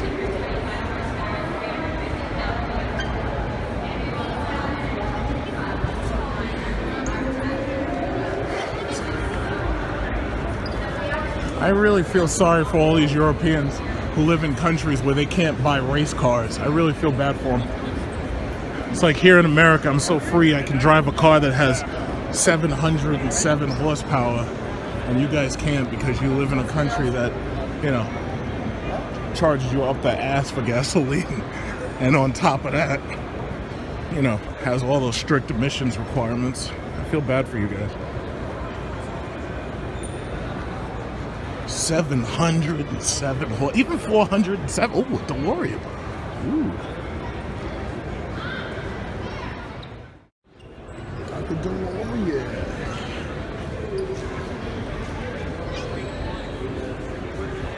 And it's not a time machine.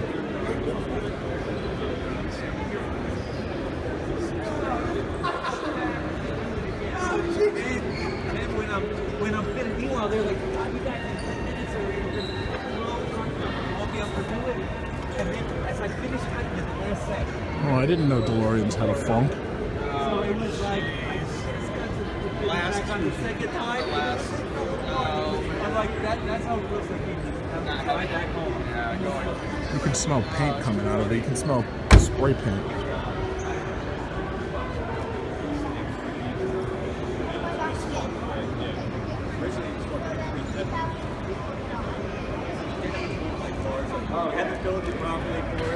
You can actually smell spray paint coming out of this thing. Stainless steel. My nose right now is filled with the smell of spray paint. Alright, let's go find the Jeep show. I'm gonna have to pull out my MOPHIE. I'm gonna have to start charging this phone. So I'll charge it until I get to the Jeep show. So, this is the downstairs portion of the show. It looks like they've pretty much relegated the trucks and SUVs to the downstairs. The cars mostly are upstairs, the trucks down here. So this is the Ram show.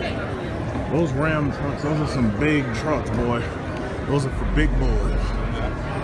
Those are some big trucks. Now, all I'm looking for right now is the Jeep 2016.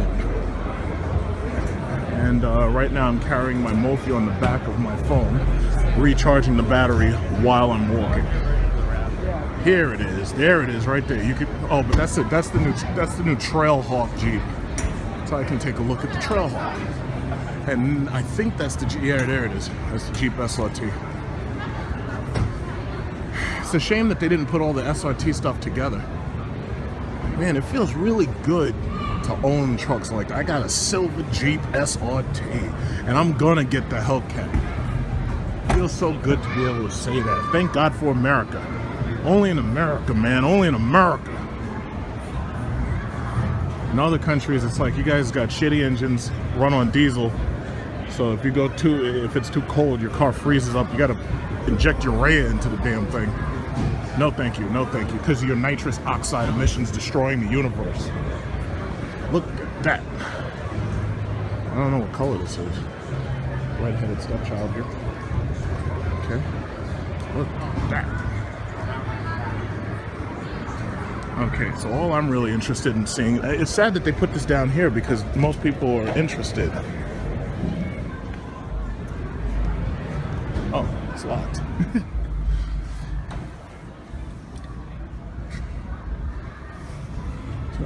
Oh, this one has the TVs in the back. If I had wanted that, I would have gotten it, but I honestly didn't want that. In fact, the video that I made about the 2015, when I first made a 2015 video, I had made a video where it contained those monitors. But to tell you the God's honest truth, it's like that's something I really didn't want in the car, especially because, you know, people used to break into people's cars and steal their monitors and everything. It's like I didn't want that. They're looking at that price. They're like, wow, $70,000.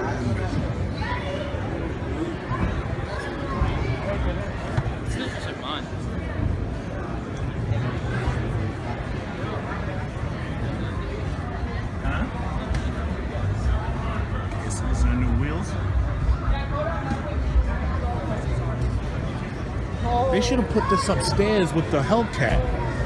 They should have put this upstairs. Why did they put this in the basement? You don't put this in the basement. Don't you have respect? No respect at all. Gotta put this up there with the Hellcat. Everybody else is just testing this out and they're like, how could I get $70,000? Meanwhile, me, I got one parked outside next to a Hellcat. It feels good to be in America. There's USB outlets in the back. Wow, USB outlets. Alright, I want to get in there so I can show you the stick shifter.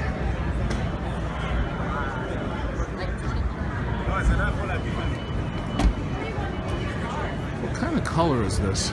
So it's the 2016 Jeep Grand Cherokee SRT, 65,000. Doesn't say, oh, this is called the Night Special Edition. So the Night Special is like wine, burgundy, beige, well, you know, it's like wine, maroon, well, it's like kind of like maroon.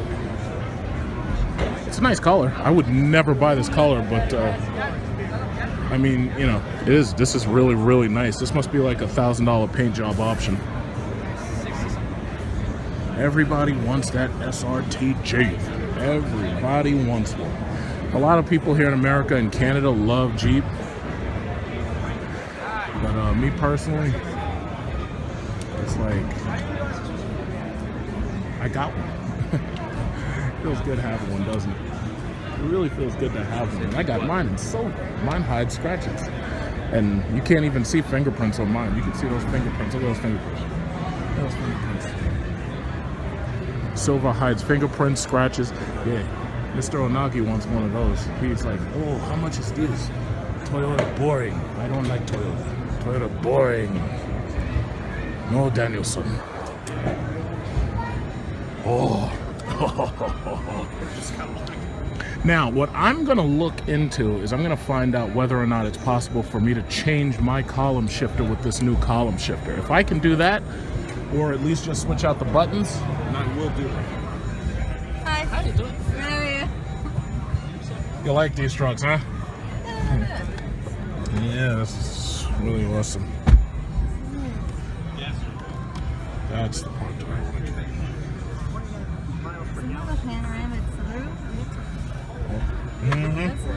like. It's right there. I just bought this truck, but I bought it in silver. Oh, really? Yeah. That's cool. Yes.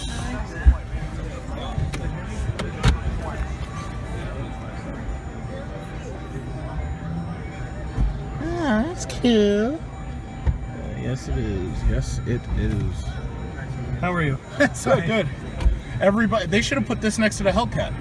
Yeah. Yeah, I just bought one of these. I got it in silver. How is it? No, I love this truck. I love it. It only gets 10 miles to a gallon, but It's like my Ram. Oh, you have one of those big Rams? I have 1500, yeah. I just bought a silver one of these, and I bought a Hellcat in red, a Charger. Yeah. When can I drive it? When can you drive? You can't drive. I'll tell you what, watch the video on YouTube. It's called Age of Hellcat. Age of Hellcat? Yeah. Yeah, it's up there on YouTube. It's an awesome car, but man, these things are horrible on gas. Yeah, they have the red key and the black key, right? I got the 2 red keys, 1 black key with it. Nice. Yeah. Horrible on gas. So the eco button has been moved to the center. The StabiliTrak button has been pushed a little bit further over. The SRT button, when you push it, it doesn't look like it does anything yet, but I'm assuming that's because the car is like locked out of powering on. So, you know, custom mode doesn't do anything. Other than that, it's the same switch. Now, I want to see if I can get like this. It's a good truck. It gets 10 miles to a gallon. Yeah. I got it in silver. I love it. 10 miles to. It's a different color though. They got this midnight purple. Really nice, actually. So the same steering wheel as mine, same exact steering wheel. The only thing it looks like they changed was the shifter column. And this shifter has a little button on the back. Some people will recognize this shifter if they have a Cherokee or if they have one of the newer Jeep models. You'll already recognize this. But this shifter feels really good. This is exactly what anybody who bought a Jeep or buys Jeeps expects. So you got the Uconnect apps, and just like my Hellcat, if you touch and hold, you can reposition things. As you can see, you can reposition apps. But the problem is you have to have the vehicle on in order to do anything. So there's the nav, so there's the apps, the SRT performance. You gotta use, the car has to be on, and also it has to connect to the Uconnect store. I guess they haven't loaded it. Other than that, it's the exact same entire truck. But me personally, I have to find out whether or not, because if I can swap out the wiring harness and replace my buttons with the buttons from this truck, and I'll just order them or whatever, I'll spend the money and I'll just upgrade this entire section, because as far as I know, it's possible to do it because we use the same 8-speed. But if it's not, what I'll do is I'll try to alter it as much as I can. But other than that, it's the same. If I have to replace this entire console, I'll do it, because it probably isn't more than about $1,000 or $2,000, because, you know, these are parts that end up having to be replaced. Sometimes there's a car accident and the you know, parts like here get broken. So I'm thinking it's probably about $2,000. If that's the case, I'll just do it. I'll just get a full replacement. SRT, come on, do something. Custom. Oh, that shit is hot. Okay, this one has the optional Blu-ray disc player for the back. You know, CDs are going the way of the dinosaur at this point. It doesn't make sense to have a CD because you can have so many more gigabytes on an SD card.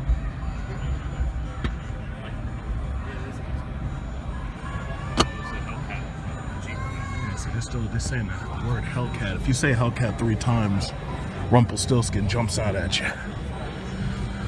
Yeah, I love my truck. I really do.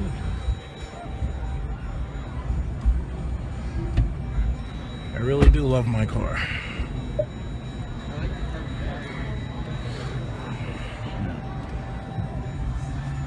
I like my color. I don't like the wheels on this truck.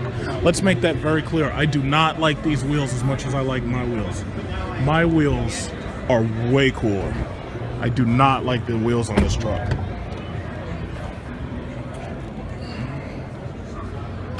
Yeah. See, I don't have any children to sit in the back watching penguins and shit, so I don't really need these. It's different.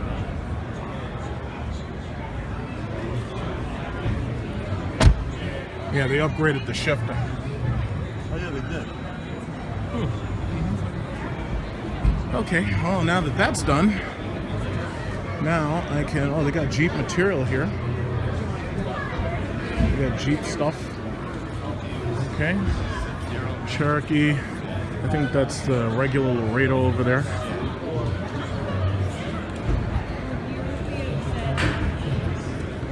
We got Mazda trucks over here. They probably have that CX-9 down here. Chevy's got their trucks. GM, Mercedes-Benz trucks. Trucks.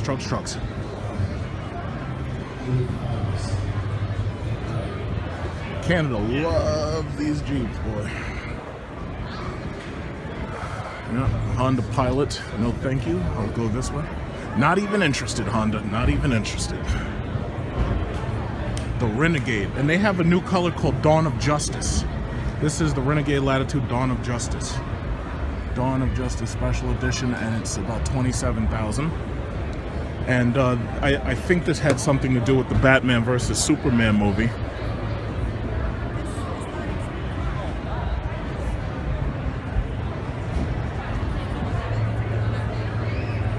Oh, there's a lost child. I'm trying to find them.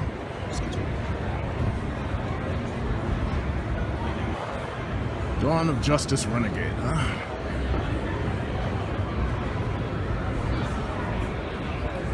Okay, Mazda.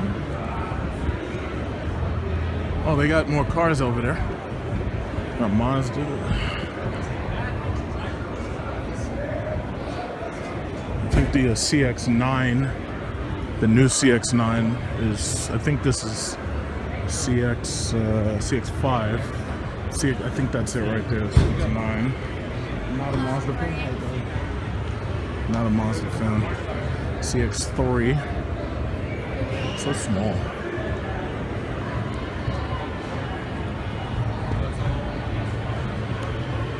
So CX-9.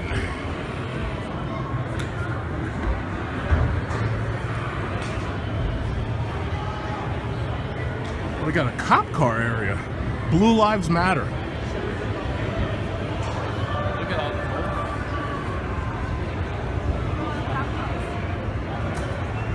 I remember when I was a kid seeing these Crown Victorias and the Grand Marquis.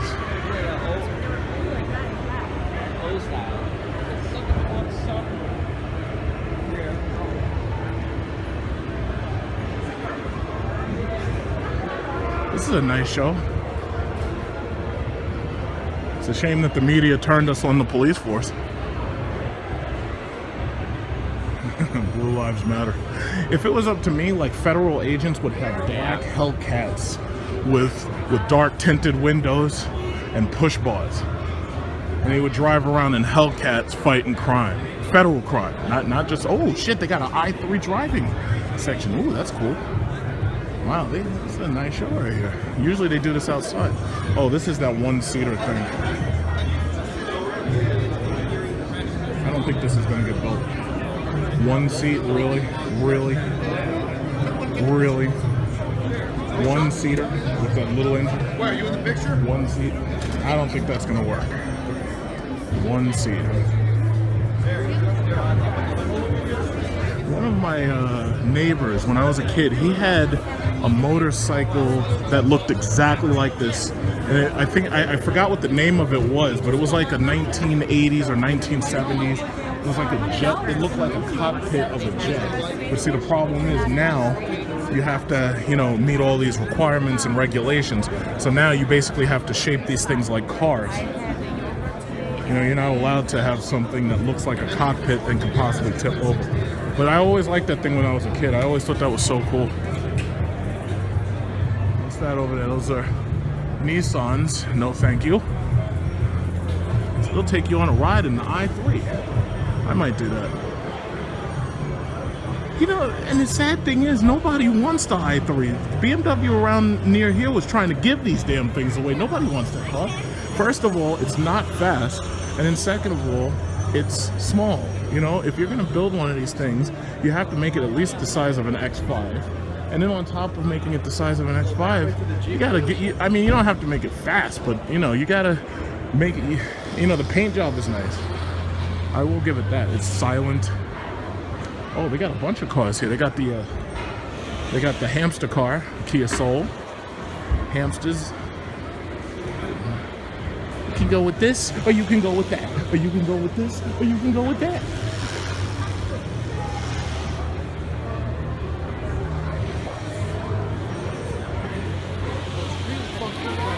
Oh, that's weird. You can go with this, or you can go with that. And then they got the i8, which is the car that more people actually want, but the thing was 150,000 shit. What's the? Oh, that's the 392. Muscle, American muscle. You ain't getting this in Europe. American muscle. You can go with this, or you can go with that. You didn't think about that when you got in. Okay, they got an R8 over there.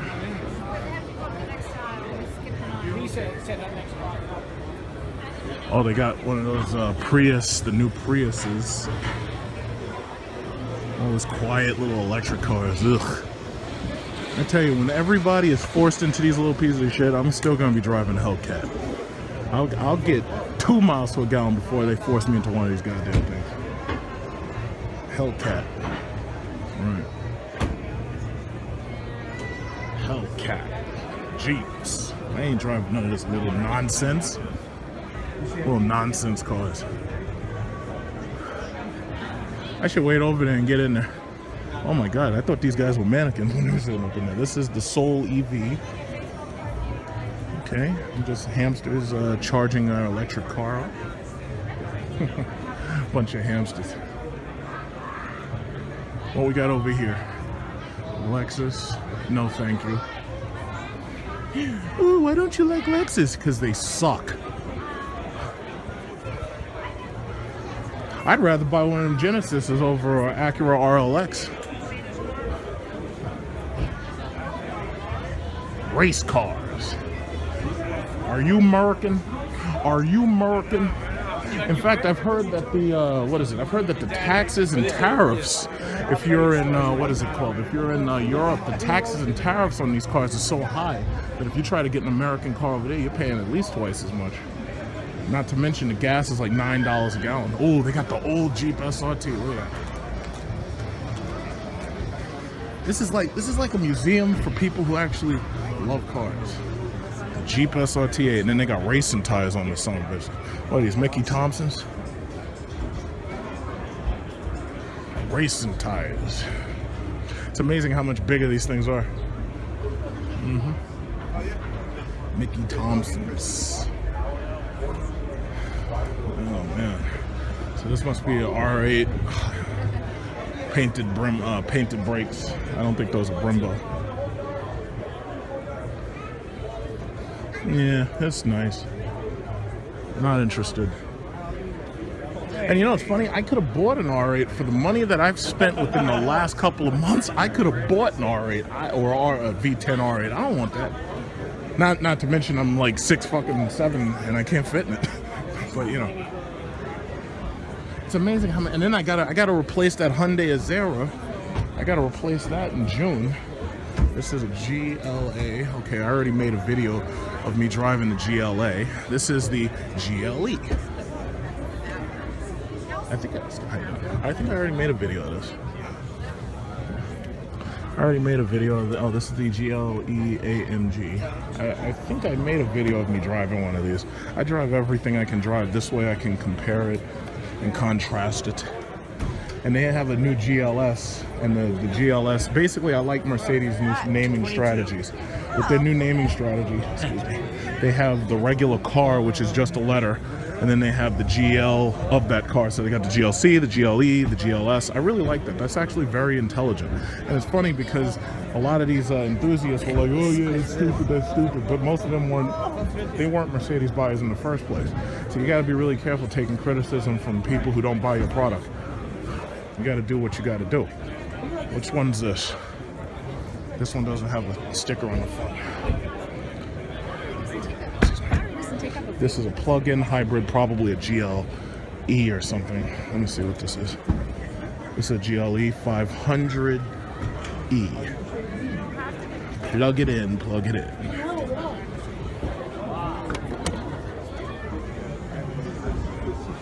And Mercedes killed the entire show. They really killed it. Oh no, it looked like They really killed the show. Yeah, Mercedes killed it. That E-Class is a monster. It doesn't even have to be fast, man. I'd buy one of those and that should only have a 4-cylinder, and it doesn't have to be fast. That thing is nice.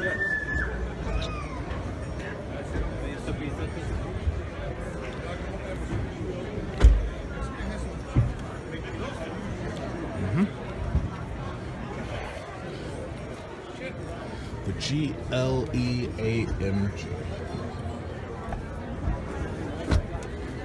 And you know, the sad thing is, a lot of people do not cross shop cars, so a lot of people would never even know most of these cars existed unless they actually came to a car show. Okay. The GLE. Oh, some speakers that look like something out of Star Trek. Okay, yeah, it's pretty straightforward luxury, you know. Turn that music down. I don't want to get flagged by YouTube. I hate YouTube flagging me for stuff. They make it so much more difficult than it needs to be.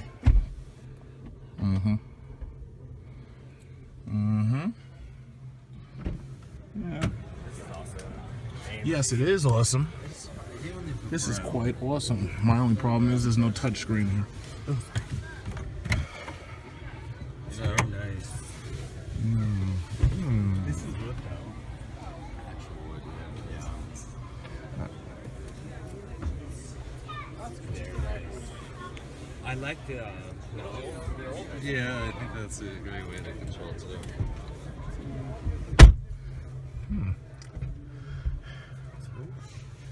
My gator just went off. Gator deactivated.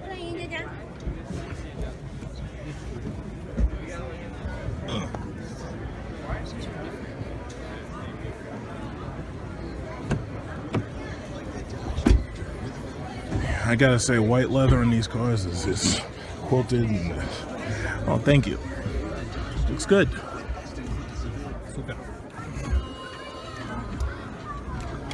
Okay, they got TVs in the back.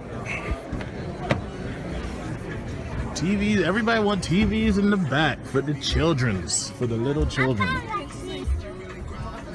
It's like the children, you know, when I was a kid, you know, children actually read books. No, now we got televisions for everything. This needs heated cold seats back there. That would be nice. Heated and cooled seats would really be nice back here.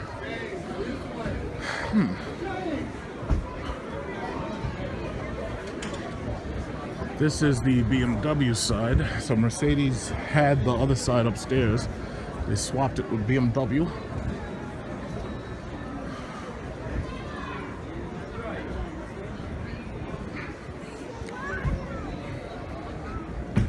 This is the X5M, excuse me. $100,000 for an X5M. I don't even know why they bother to put a 99, you know, common 9 anything. They just put 100. Just say 100. So I don't have to remember all the subtleties. This and if you really look, you know, it's just not as exciting as the Mercedes-Benz. And now that even Hyundai's got TVs and shit in the back of their cars, it's like Hyundai and Kia got TVs and shit. Just the Hyundai and Kia got whatever you got basically, and then they'll sell it to you for $20,000 cheaper. Do the top. The top part, yeah. You can extend the seat out. I want the screen. That should have been a touchscreen right there. If it's not a touchscreen, it's just not as easy to use. I wonder if the... Oh, they don't even have it there. Cool. X5M, huh? Yeah. What? And furthermore, if you're gonna do car shows, don't bring the black dark interiors. Bring the lighter color interiors and your moonroofs. You need panoramic moonroofs to let that light in. It's like, my God, I didn't even go to art school, and even I know that. This is ugly. Look at the Predator face on this ugly thing. This thing is ugly. The seats are flat and lifeless. I think they're better models than these stupid cars. Ugh. Ugly. So ugly. Good afternoon, New York. Welcome to the auto show. It looks boring. Visiting us here at Lexus. And it smells bad. And it's that leather smell. You know how you get into a brand new car and you smell that leather? The Laguna leather in my Jeep smells fantastic. This thing smells like Kyoto. My God, this is confusing as fuck. Look at this. Look how confusing all these knobs and shit are.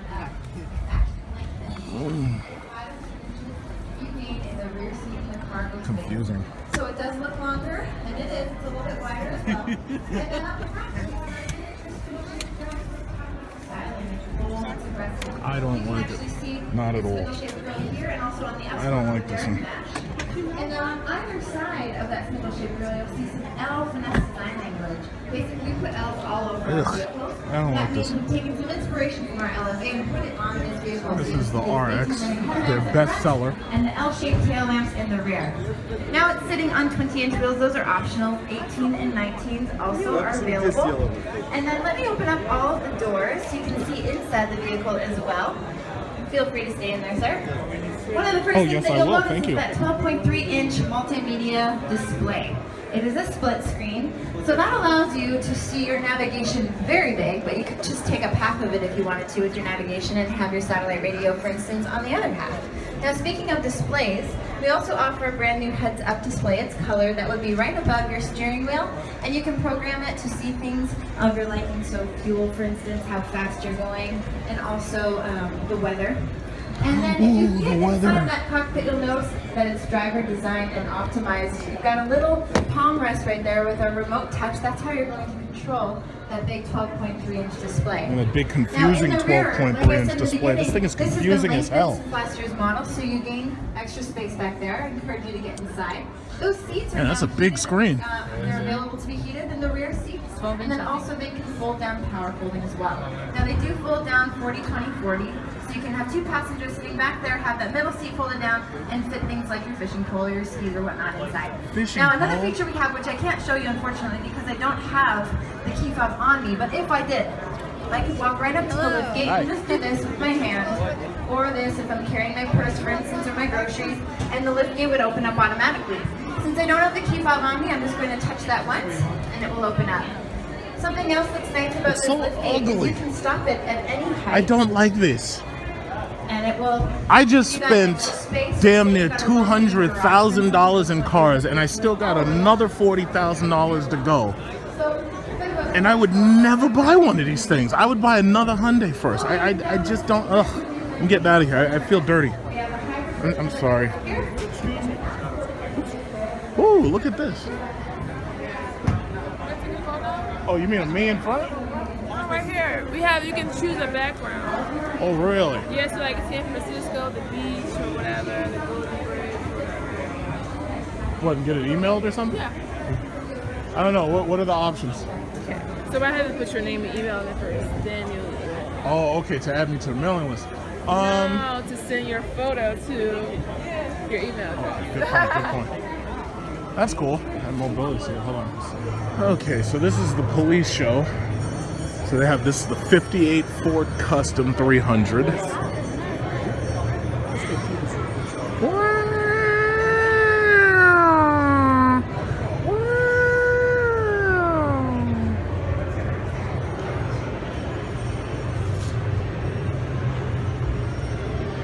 '74 Plymouth Satellite Custom.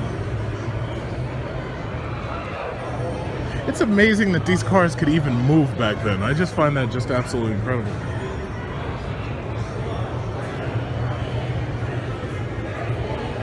Plymouth.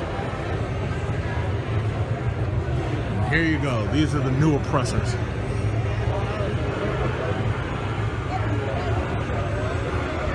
Ford Taurus, a car that nobody wanted.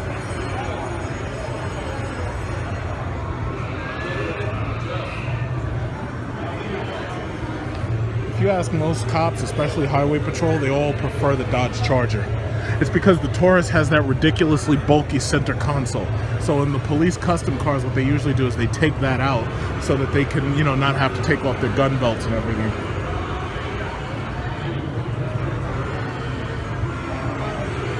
Yeah, they should. If I want to see police videos, I'll just turn on YouTube or Facebook. Hi, how much is Sprite? $4.65. $4.65. My goodness. That's the same price in this building. Oh, okay. So it's an exhibition building. Okay. If I had wanted a regular 20-ounce soda, it would have cost me $4.50. So I chose instead to get the fresh fruit shake, and the fresh fruit shake was $6.50 or $7 or something like that. I put it on my debit card. I didn't even give a damn. But very tasty. Very, very tasty. Mango, pineapple, banana. Very, very tasty.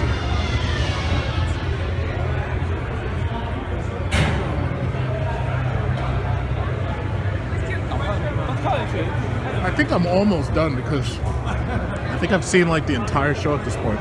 I may go back upstairs and take a quickie look. There's some things I've already taken a look at. I might go back to the Mercedes-Benz or the BMW side. See, I'm a little disappointed that SRT isn't its own division anymore, because when SRT was the division, they would have had all of their cars together, where you would have seen all the SRT products simultaneously.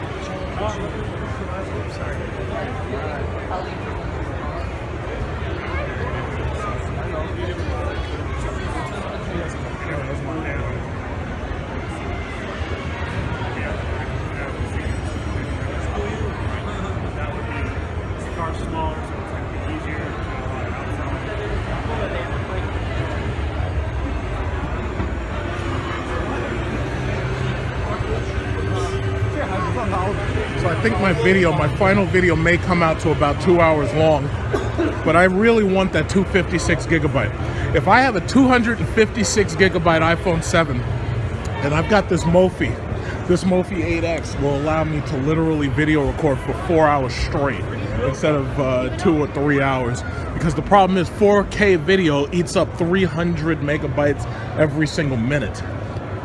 So that's a big problem if you want to do really long videos, you know?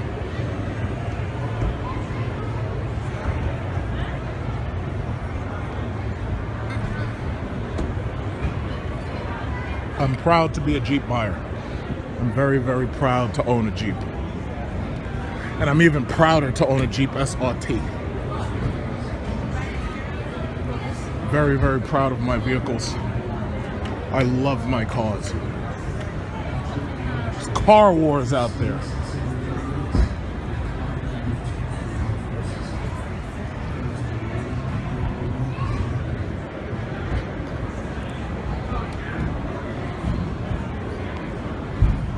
Wrangler.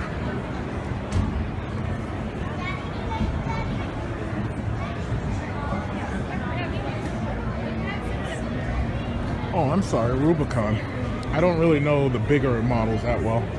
I'm guessing the Rubicon is the smaller version of the Wrangler or something like that. I only pay attention to SRT products.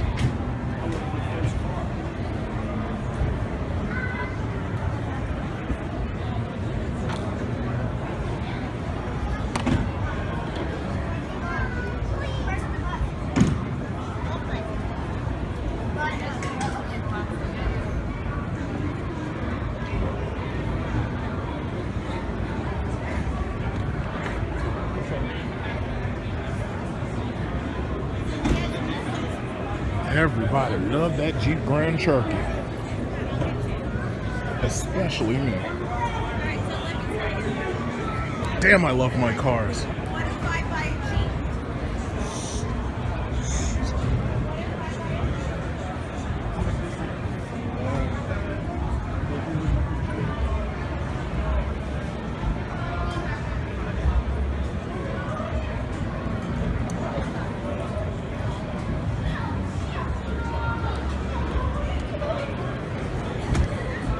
Even baby Huey loves the Jeep Grand Cherokee.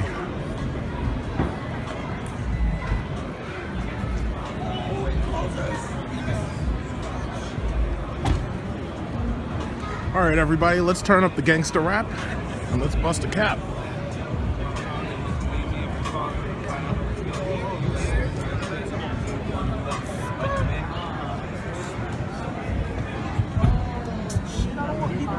It's our mission.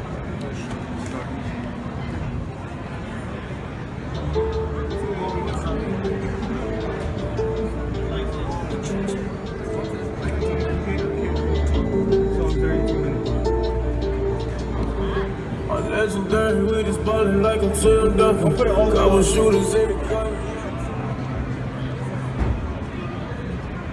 Ford. I'm guessing the new F-150s are here.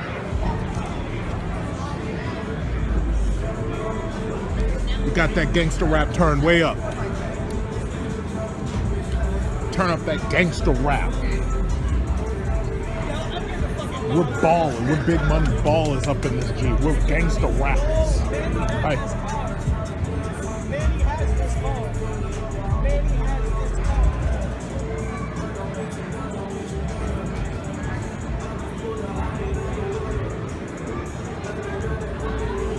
You know, I remember the good old days when you actually understood what people were saying in rap songs. Not anymore.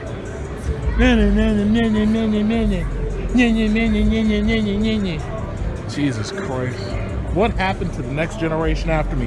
How will they ever afford Jeep products that are $70,000 when they're trying to climb out of student debt? How will they ever afford that? How will they ever afford that? I don't know.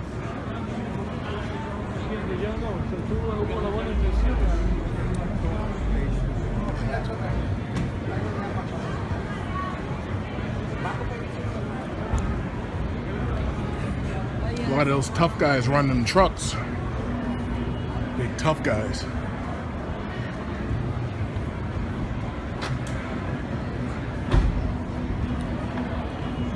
It's a big American right here. Look at the interior of this. Look at these Ram trucks. This guy right here, you know this guy's a tough guy. He's got his dickies on. This guy's a tough guy. Whoa, Jesus, look at that. Oh my. Look at all that brown. Damn. Tough guys. Look how wide this seat is. See, this is America. This is America right here. Look at it. It says Laramie.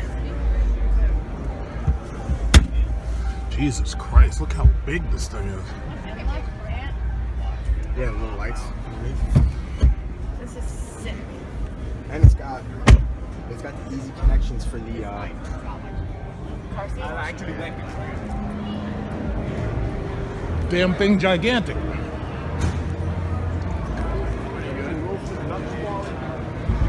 That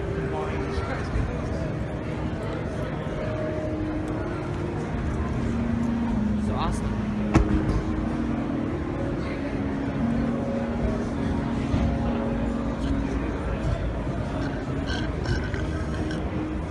It was the SVT Raptor.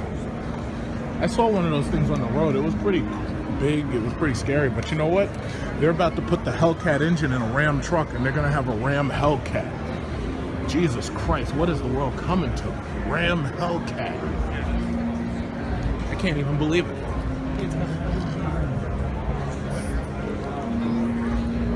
Jesus Christ, look how big this thing is. What does this thing weigh, like 10,000 pounds?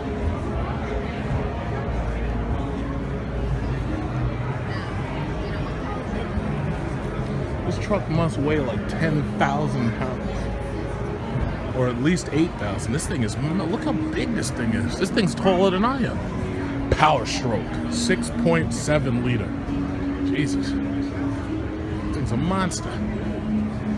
But this is a real truck for real men, real Americans.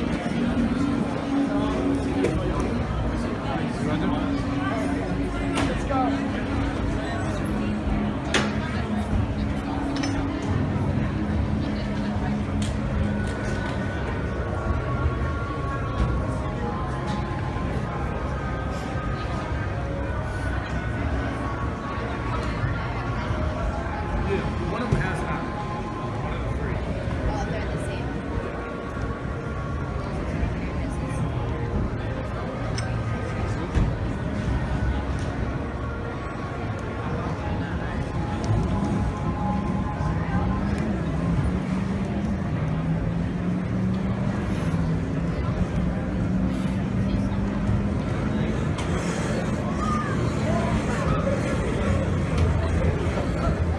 pay more money for this than I would for Oculus Rift. They ran off the road.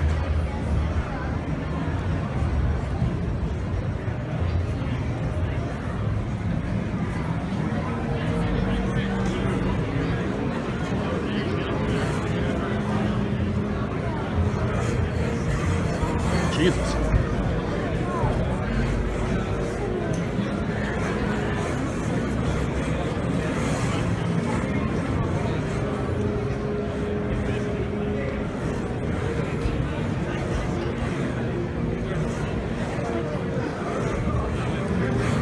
I want to see one of these things simulate a rollover event.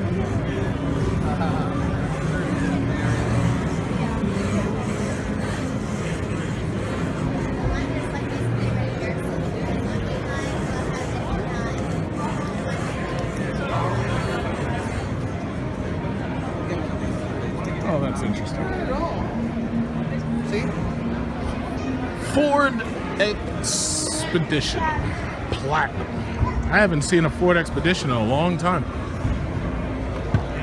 This was one of the first SUVs I ever had, 2002 Ford Expedition. And I can see it really hasn't changed that much. It's still like one of the biggest things you can buy, like if you buy this or a Navigator. I think they probably come with twin turbo V6 engines now, EcoBoosts. Sorry. No, it's fine. I don't mind getting ambience. No, sorry. You have one of these? We have the limited 2010. We love it. Then it comes with the big V8. They don't make them anymore with the 5. The first SUV I had was a 2002 Expedition. You know, they tried. We love it. We love it. Yeah, really. Keep it in the garage, silver. You know. Yeah. Now they got all these. You know. These I just bought a Jeep Grand Cherokee SRT. Oh, nice, nice. Good truck, silver. Awesome, beautiful. Oh yeah. Very good truck. Yep, and there's the Flex. I thought Ford had given up on the Flex, but they still make them too. They still got the Sony radio in there. I think that was it. It's a garbage can here. Yeah.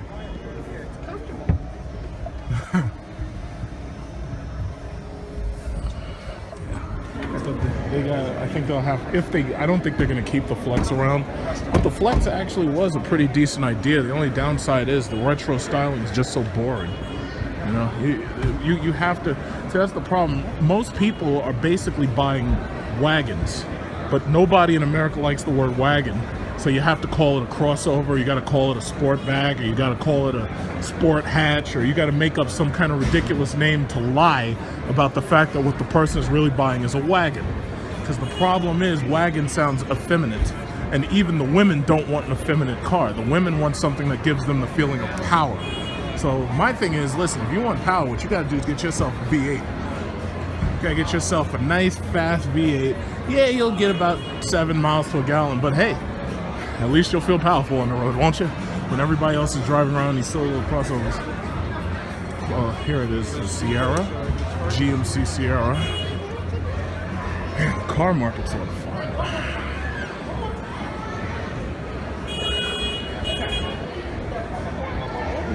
A lot of those tough guys running trucks. Toyota. No, thank you. The FJ. Oh my God, what's that thing back there? That shit looked like some Back to the Future Marty McFly versus Biff Tannen and the boys truck back here. What is this? Tonka.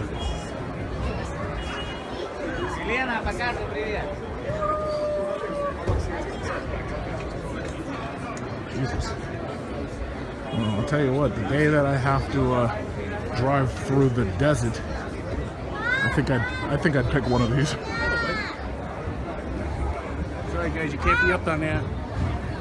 Oh, you're a spoiled sport. Stop ruining our fun. Stop ruining our fun, dude.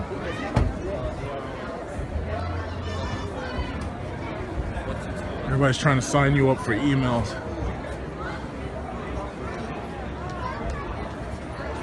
Sorry. No, see, you're good. You're good. A bunch of, everybody's their own news journalist now. I'm gonna go back upstairs. I think I'm done with truck Truckosaurus Rex. I'm done with trucks. I came for what I saw what I needed to see. Jeep SRT, CT6, XT5. I saw what I needed to see for now.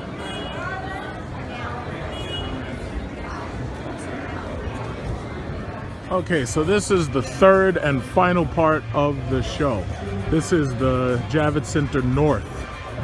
Now, granted, there are 2 exhibits outside, the Jeep and the Toyota RAV4 exhibits, where they'll let you sit in the car and actually, you know, go up and down the track. But this is the third wing and the final wing. So they had the trucks downstairs.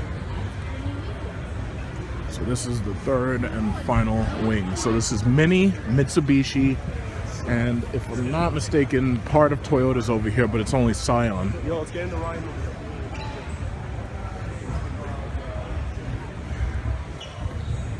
Mini. This is a Mini Cooper S hardtop.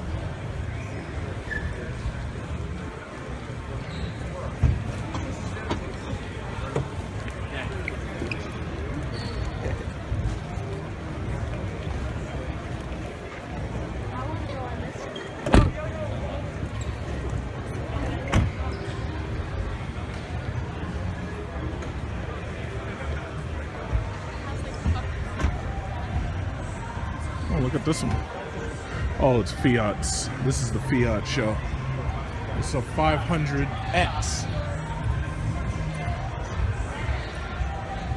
Fiat 500X.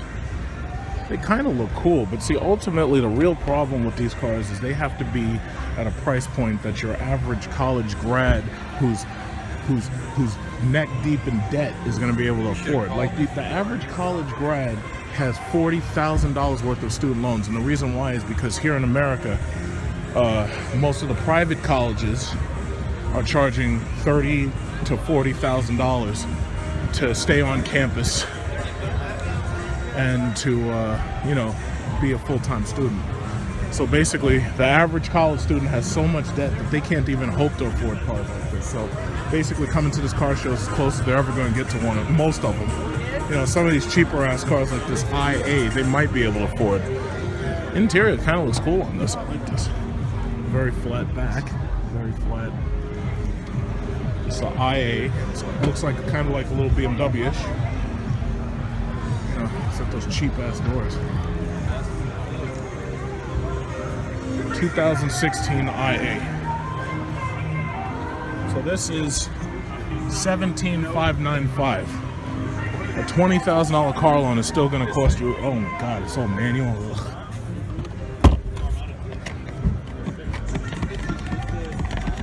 What the hell makes you?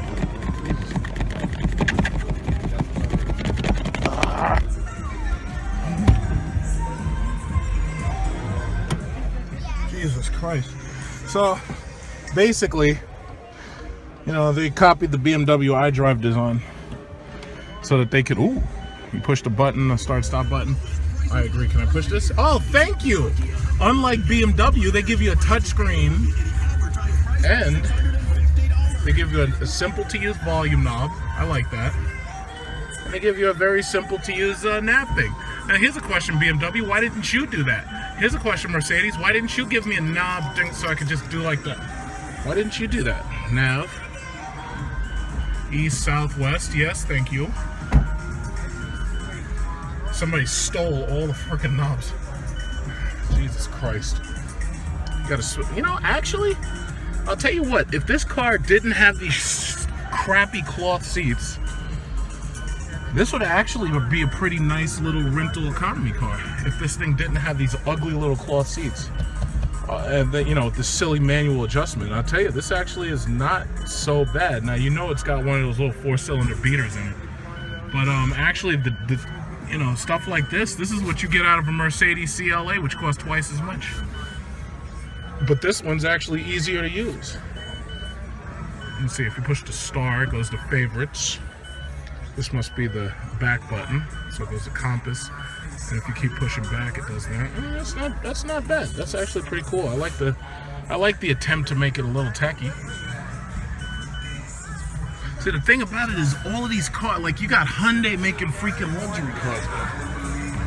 All of these cars, there's just, there's a lot of overlap.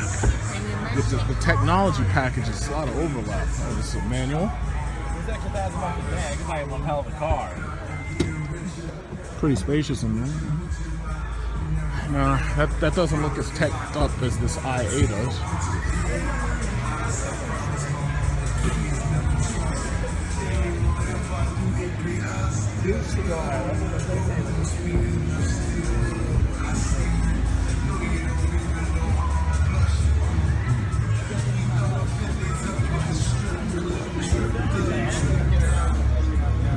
Scion IM, $22,000.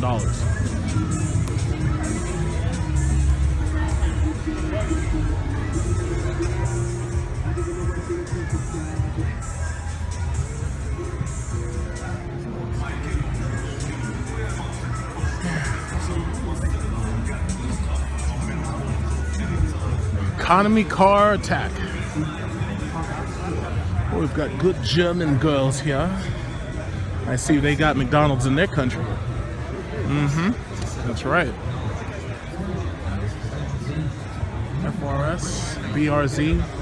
This is a Subaru BRZ.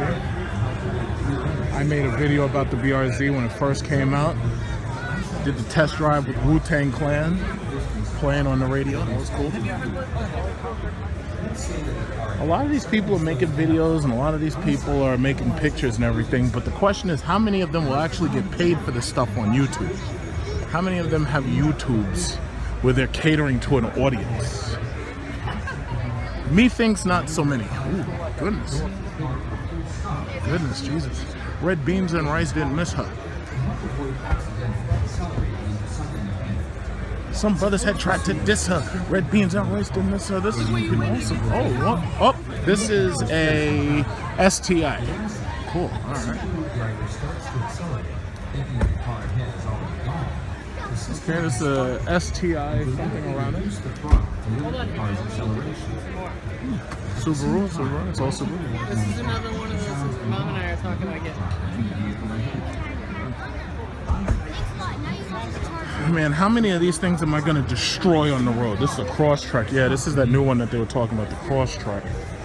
How many of these things am I going to meet on the road and just like totally just destroy? Like, I hate it when people pull up to the red light and I'm just minding my own business, people trying to race me. Why are you trying to race me? You see that Hellcat logo and you get upset. Up there trying to race me. Okay, Subaru Crosstrek. All right. Okay. Okay, it's all hard ass plastic. Oh, micro SDHC. Hi. Oh, be careful. Get up there, bud. I'll shut the door.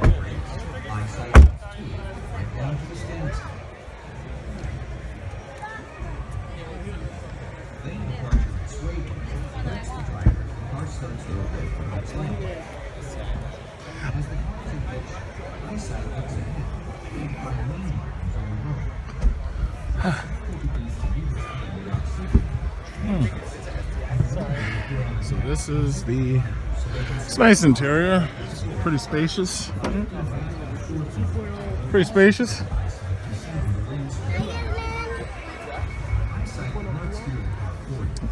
What is this, like 30,000 or something?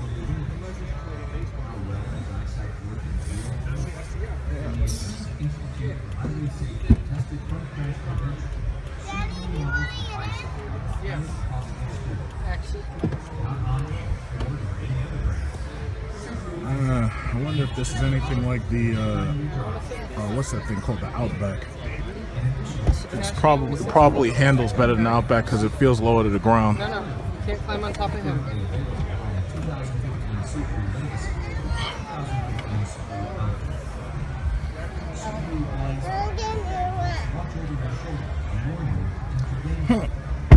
Oh, they got heated seats here.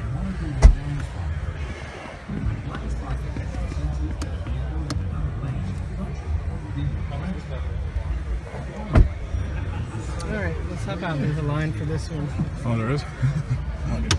way to get the kids out.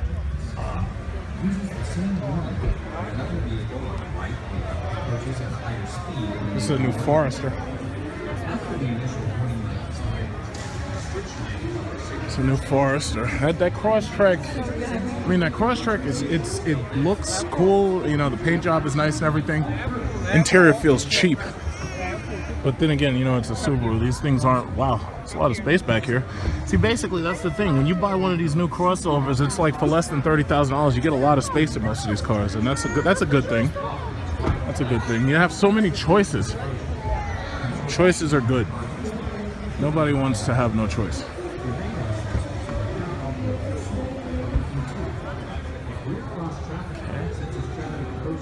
It's nice and spacious here.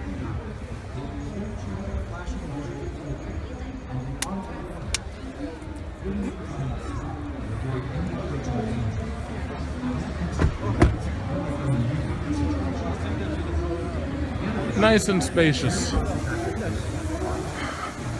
So you got a Mercedes S-Class up here with some sick ass gold rims by Illusions NYC.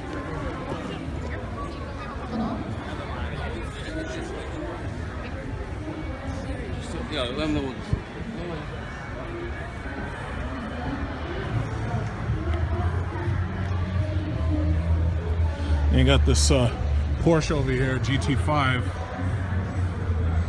Rims aren't as nice on that. And then you got this Mercedes that, like, very, very few people even consider buying that unless their minds are stuck in the 1980s. 3D printing here. What are you guys making? Car parts? Yeah, well, car-related accessories. Car accessories? This here is going to be like an accessory. How long does it take to actually do this? Depends on the build, really. Some of them, like these, will take maybe an hour, 2 hours. Some of the bigger pieces we have on that other table took like upwards 18, 16 hours. Oh, 3D car. Oh, no. Models. Okay, so I'm going back to the concourse side. This is the north wing. Nothing but economy over here. And by economy, I mean cheap.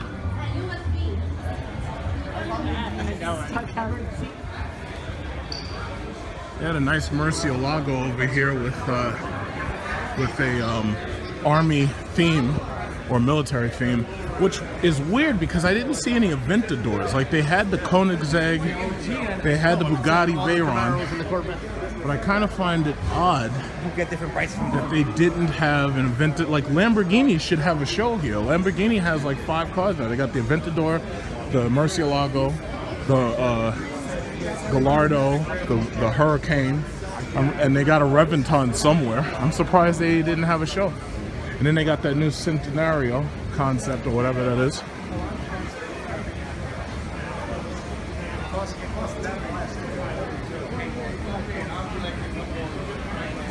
I don't want my Hummer to have no gun. I want the gun on mine.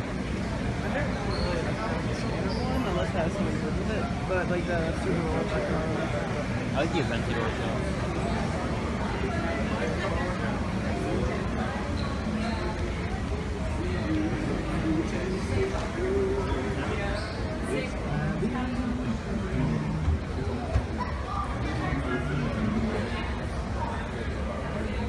MX-5 Spider.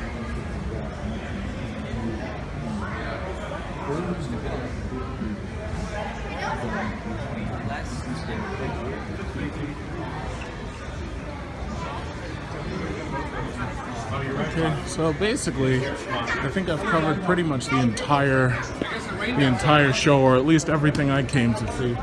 Once again, I'm really disappointed by that CT6.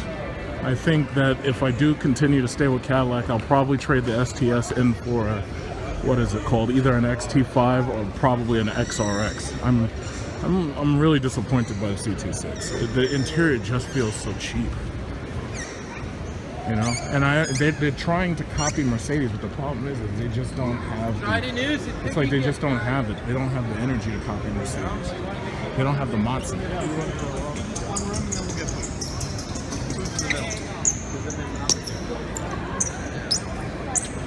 And by the way, this MOPHIE is doing really well. I have 80% charge while I'm recording, and that's up from 20%. Oh my goodness, there's an upstairs. There's an upstairs. Oh yeah, okay, so that was the, I already went upstairs. Okay, good. So I'm probably just gonna hit the German car show again, and then I'm out of here. Go outside and look at the Jeep test tracks that they got out there. You can see the Wranglers and the Rubicons.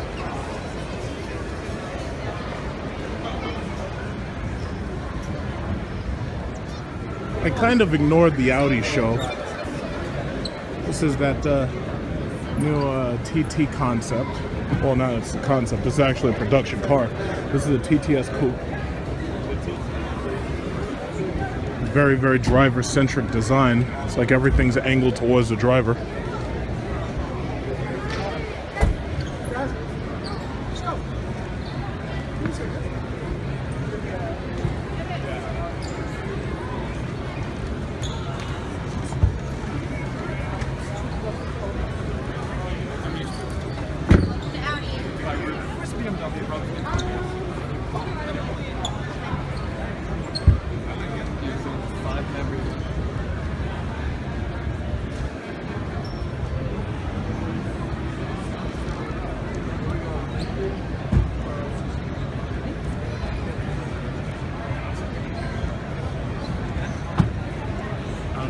S7 Sportback.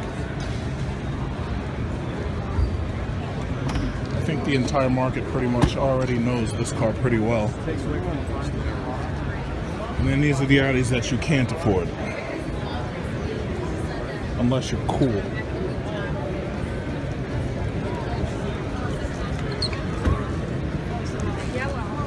False alarm, she said. Oh yes, where's the new Audi A8? This is the A6, I think. Where's the new Audi A8 at? It's 2.0 turbo A6.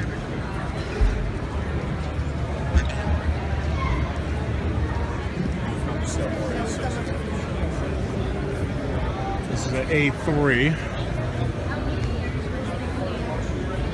So we should have an A8 like right here somewhere. We got the Maserati show.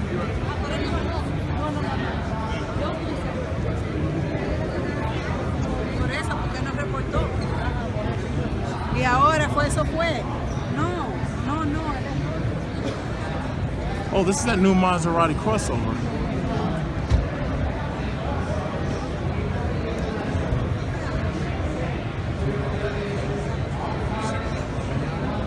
It's that new Maserati crossover. I forgot what it's called. Excuse me. The name of this crossover is Levante. Levante. Yes. Which means forceful winds, forceful desert winds.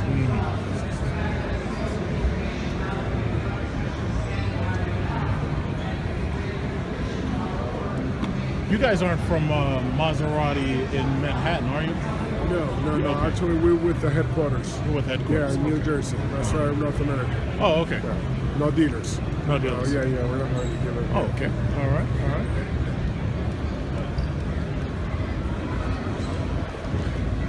So basically what this is just another crossover designed to sell in a sea of crossover. So eventually everybody's going to be on stilts. Everybody's going to have wagons on stilts eventually.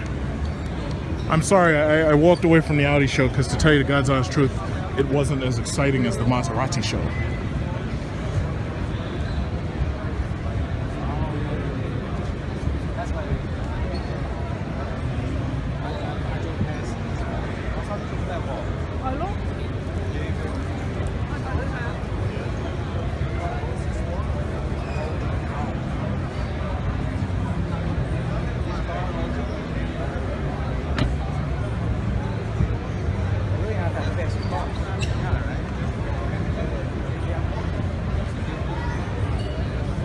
I think I'm gonna wait online. I'd like to see the Levante up close. No, fuck that. Look at this line. I'm not waiting on that shit. I'm not waiting on that line. What, are you kidding? That line's too long. That line's way too long. I ain't waiting over there. Oh yes, this is the GT. very, very spacious car, actually.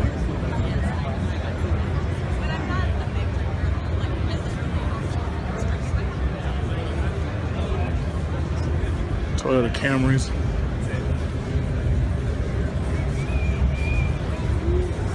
Okay, yeah, I've already seen pretty much all of this. I think I'm just gonna do one more quick shot because it looks like everybody's coming now to see the CT6. So I think I'll just do one more quickie pass through of the CT6 because I want to make a video for my mom's Facebook just so she can see it, because next time I see her, you know, I really gotta work on getting rid of that STS now that we've got so many options.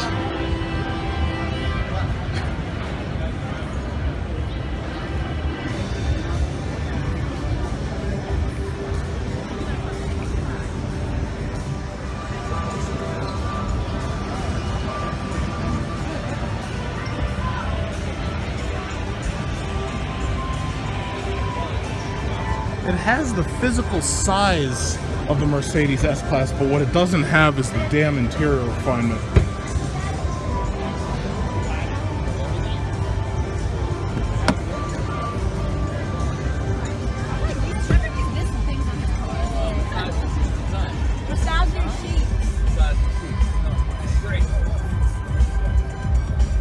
And then it has this.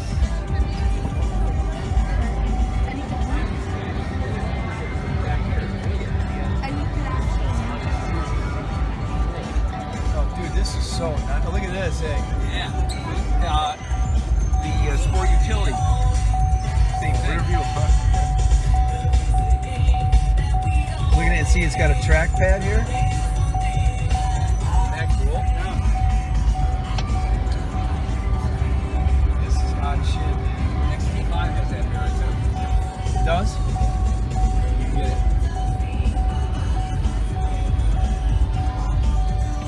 And that's the whole new cleaned up queue, right? Yeah, it's the new queue. With Apple Play. What is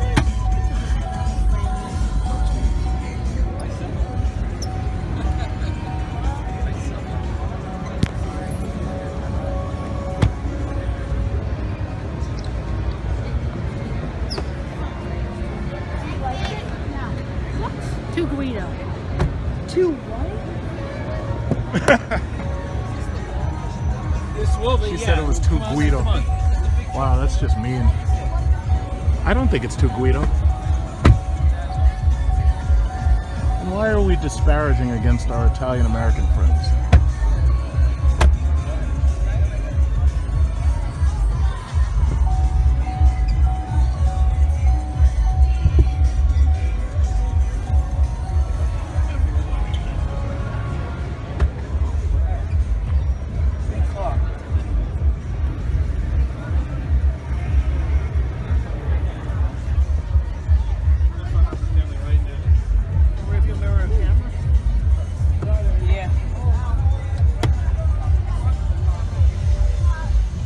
This thing has a back massage. Huh? This has a back massage on it. Yeah, a back massage, huh? Look at this. It's electronic rear mirror. You can get it if you want. Yep, these go up and down. But I'm actually surprised there's no button to make them actually go up and down. Like this, unless, I don't know, I know they had a remote control. I don't know how to use the screens though.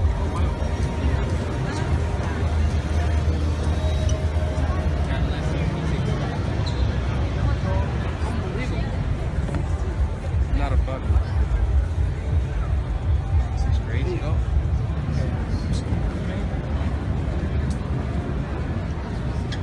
Well, what's the size under this? The XTS. Yeah, I was thinking about getting one of these because we have a STS and it's getting older. But that XTS is the one that's the size beneath this. It's that blue one right there. All right. That's the one that all the limo guys drive in. It's like 55,000 with a V6, you know? How much is this? This starts at 57. And with all this stuff in it, you're talking like And this was 80. the STS? No, you know what? This is brand new. Brand new. It's basically like a large platform XTS to some extent. You know? But I was thinking about either this or that. you know, to upgrade, you know, or even one of those, because that's actually cheaper. That's the SRX. But the thing about it is, yeah, I mean, this is nice, but it ain't no Mercedes S-Class though. Yeah. No. If you're not paying 140. There you go. There you go. No, 110. But, you know, 110. there you go. Wow. Yeah, it's nice though. How come everything's in French? What were you looking for? No, they had everything up in French. French. Yeah.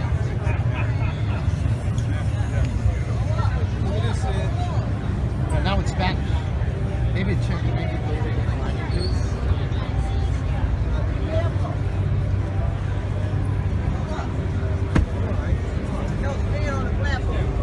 I want to see if there's enough room for the read.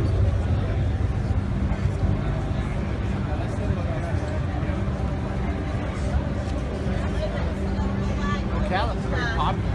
Excuse me. They got the Batman throwing star Cadillac logo.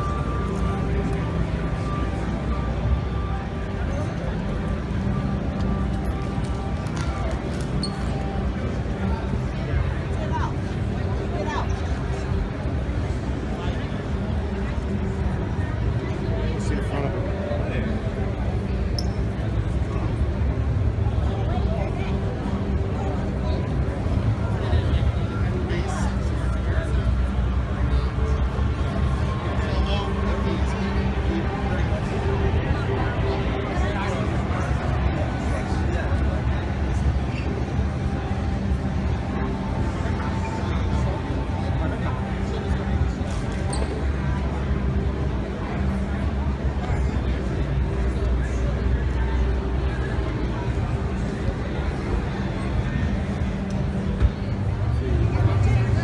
The CT6 has some impressive technology, but ultimately it's going to be the XTS that, well, and the XT5 that are going to be the volume sellers. I mean, that's just what's going to happen, because most people are going to want that crossover ability. They're going to want that higher ground clearance, and they're going to want that all-wheel drive. So the CT6 will sell to these limo luxury Uber companies, you know, just like the XTS is. The XTS is probably the best. It's probably the better option, but you know, it's obviously not going to get as much technology as that CT6 says, you know, especially in that back seat. But I really think I'd be better off just going for an XTS instead of a CT6.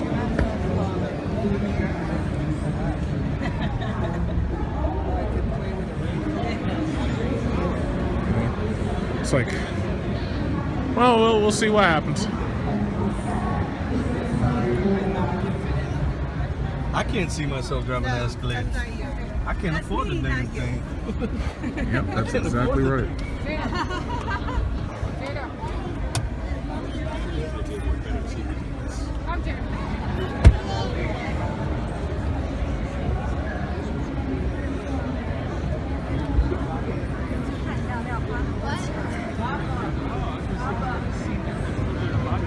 Okay, well, I think I'm almost done here.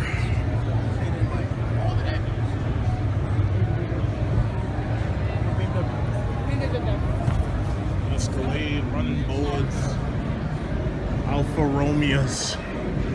Yep, I've seen it all. I've seen it all.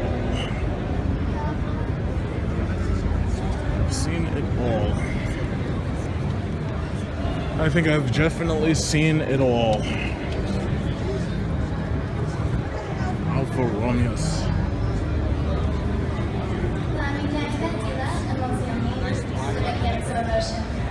It's a brand born 105 years ago that still stands for something original today. A passion for driving unlike any other. Visceral, energetic, technological, crafted. The DNA of one of the world's most revered brands runs deeper than the enamel of its badge. It runs straight from the heart of Milan, Italy, to the roads of the world.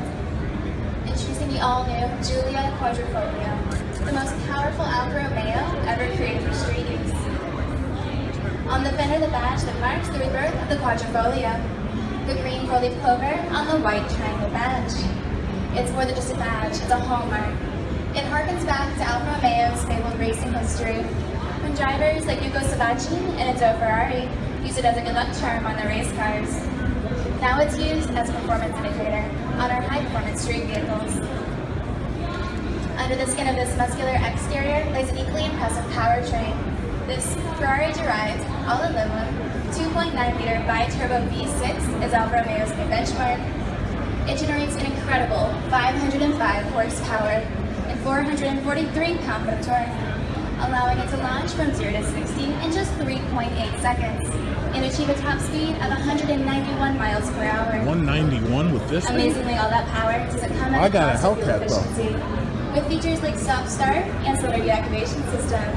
It saves on fuel economy by shutting down cylinders when extra power isn't needed. With the rich interior details, exclusive technology, and best-in-class performance, the all-new Giulia Quadrifoglio will be launching this summer with a starting price in the $70,000 range. 70,000. On the other side, we cover Giulia No and way. Giulia TI models. 70,000, nothing. 276 horsepower and a 0 to 60 under 5.5 seconds. These inline 4 cylinders are going to be very exhilarating when they come out at the same time in late summer. Those are going to start in the $40,000 range. Our Giulia, Giulia TI, and Giulia Quadrifoglio all have a 7.7-inch infotainment display in the center with a alpha rotary dial that has hand recognition.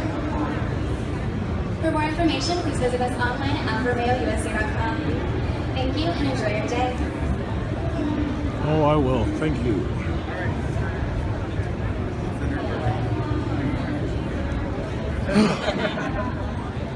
Okay, well, I think I've came and I think I've seen everything I need to see.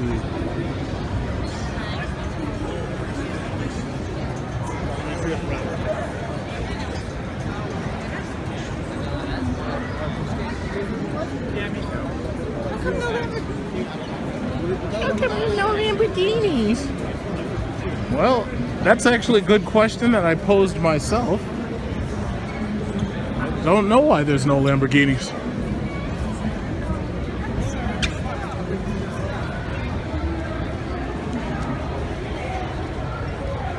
Okay, so I think the only thing that remains on my way out is to take a good quickie look at the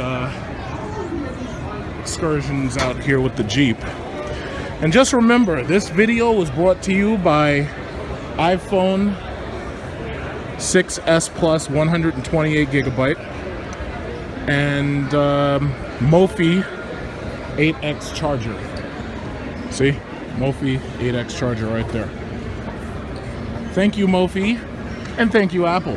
Now all I'm going to need is for you guys to make me a 256 gigabyte drive so that this way I can pump 5 hours of video into my videos, and then I'll be much happier. You know? So you already know me. If there's a new iPhone, you already know I'm buying it. So I'm gonna get me the new iPhone. Oh snap! They got Grand Cherokee for the ramp trip. Ain't that good?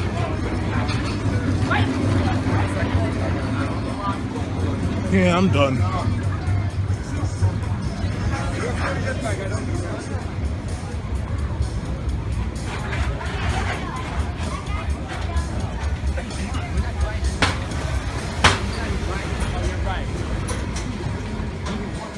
At this point, I had to remove some of the audio from this video because of the fact that YouTube has these ridiculous copyright censors, and what they do is they don't really give you a copyright strike, but what they do is if they hear music playing in the background, it removes your ability to monetize your video. And as you know, monetizing your YouTube video is what ultimately allows you to get paid for making your videos, which is pretty much the only reason why I do this in the first place. It's because of the money. Even though I do have fun making the videos, I make a lot of money on YouTube every single month by monetizing the videos. But the problem is, if there's a copyright strike, your money either stops or it's decreased like considerably. So basically, I have no choice but to repost this video, and I had no choice but to mute this part of the audio so that I could ensure that I get paid for every single video I make. Now, a lot of people were asking me, oh yeah, well, what did you use to record this video? I have an iPhone 6s Plus 128 gigabyte The iPhone 6s Plus, unlike the iPhone 6, has an optical image stabilizer, which basically is computer software that allows the computer in the phone to track specific points on the video and to automatically balance itself in order to try to eliminate the actual hand movements that are obviously going to be made by somebody who's walking. As you can see, the video is extremely it's clear because I edited and I finalized an iMovie on 4K video settings, and as you can also see, it's pretty well balanced to the point where it doesn't look shaky. Now, YouTube also has its own image stabilizer, where what they'll do is they use software in order to track specific points on your video, and if you activate theirs, it'll pretty much do the exact same thing. So I don't use the YouTube system because I feel the iPhones is actually powerful enough. A lot of people have looked at my videos while I'm driving and holding the phone, and they're like, wow, that's incredibly stable. How do you do that? And it's all because of my iPhone. And that's the reason why I don't even need to know anything about iPhone 7 to know that I'm going to buy iPhone 7. What I have hope for and what I'm hearing is that iPhone 7 is going to have a 256 gigabyte flash drive. I absolutely must have that because this video was a little over 3 hours long, and I ended up having to edit parts of it out because of the fact that it ran so long that when you finalize in 4K, there wasn't enough space on the phone. And the problem is, I love being able to automatically edit the movies on the phone. I don't like having to port them over to a computer. Better image stabilizer with even faster tracking, which it most likely will, because you know, one thing I love about Apple is they do not ever disappoint me. They really do not disappoint me. So that's basically it. That's the New York International Auto Show on the Big Truck Series Review channel. So basically, I'm on my way out. And it looks like everything's been a success. Total and complete success. Clean air test track. Yeah, that was the downstairs basement track that they had all those silent electric cars, which I showed you already. This was fun. Okay, I'm on my way.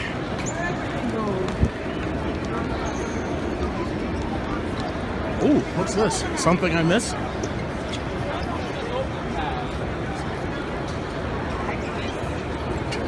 State Farm.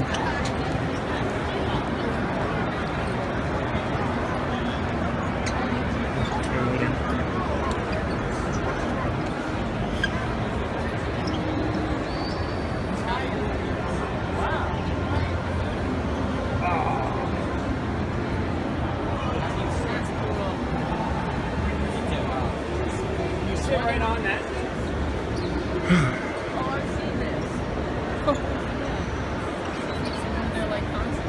You sit on this.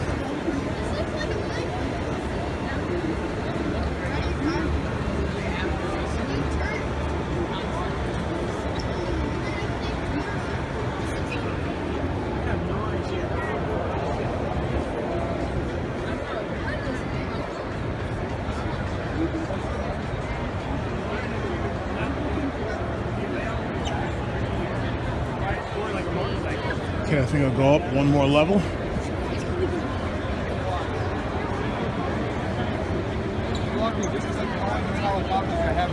And it's gonna probably take about 2 hours to finalize this video. So I'll definitely have this video online as quickly as possible. But I can already I already know it's gonna take a while to finalize this in 4K. So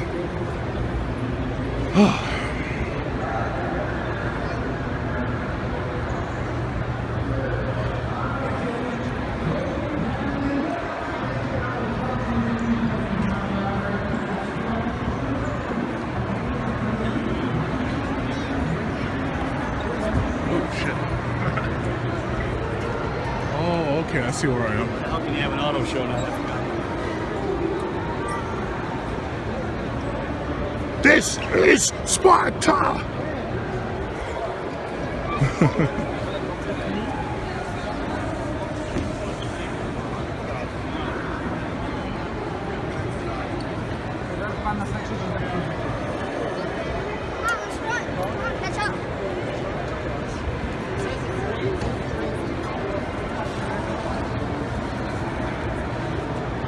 Oh man, escalator's offline.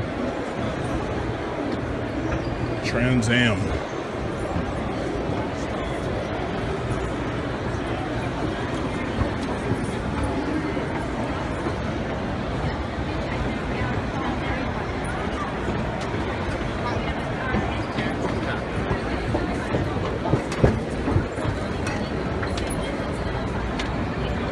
Okay.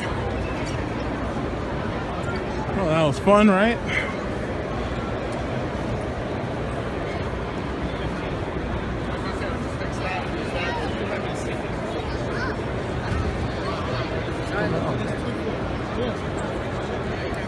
Did I want to know exactly?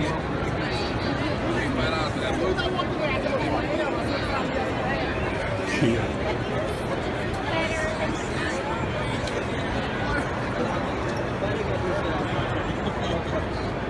Oh, now it's behind the velvet rope.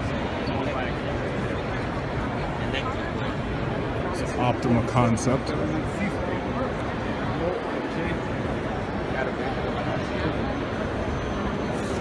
So that's about that. I'm done. Got a run time about 3 hours. Somewhere near it.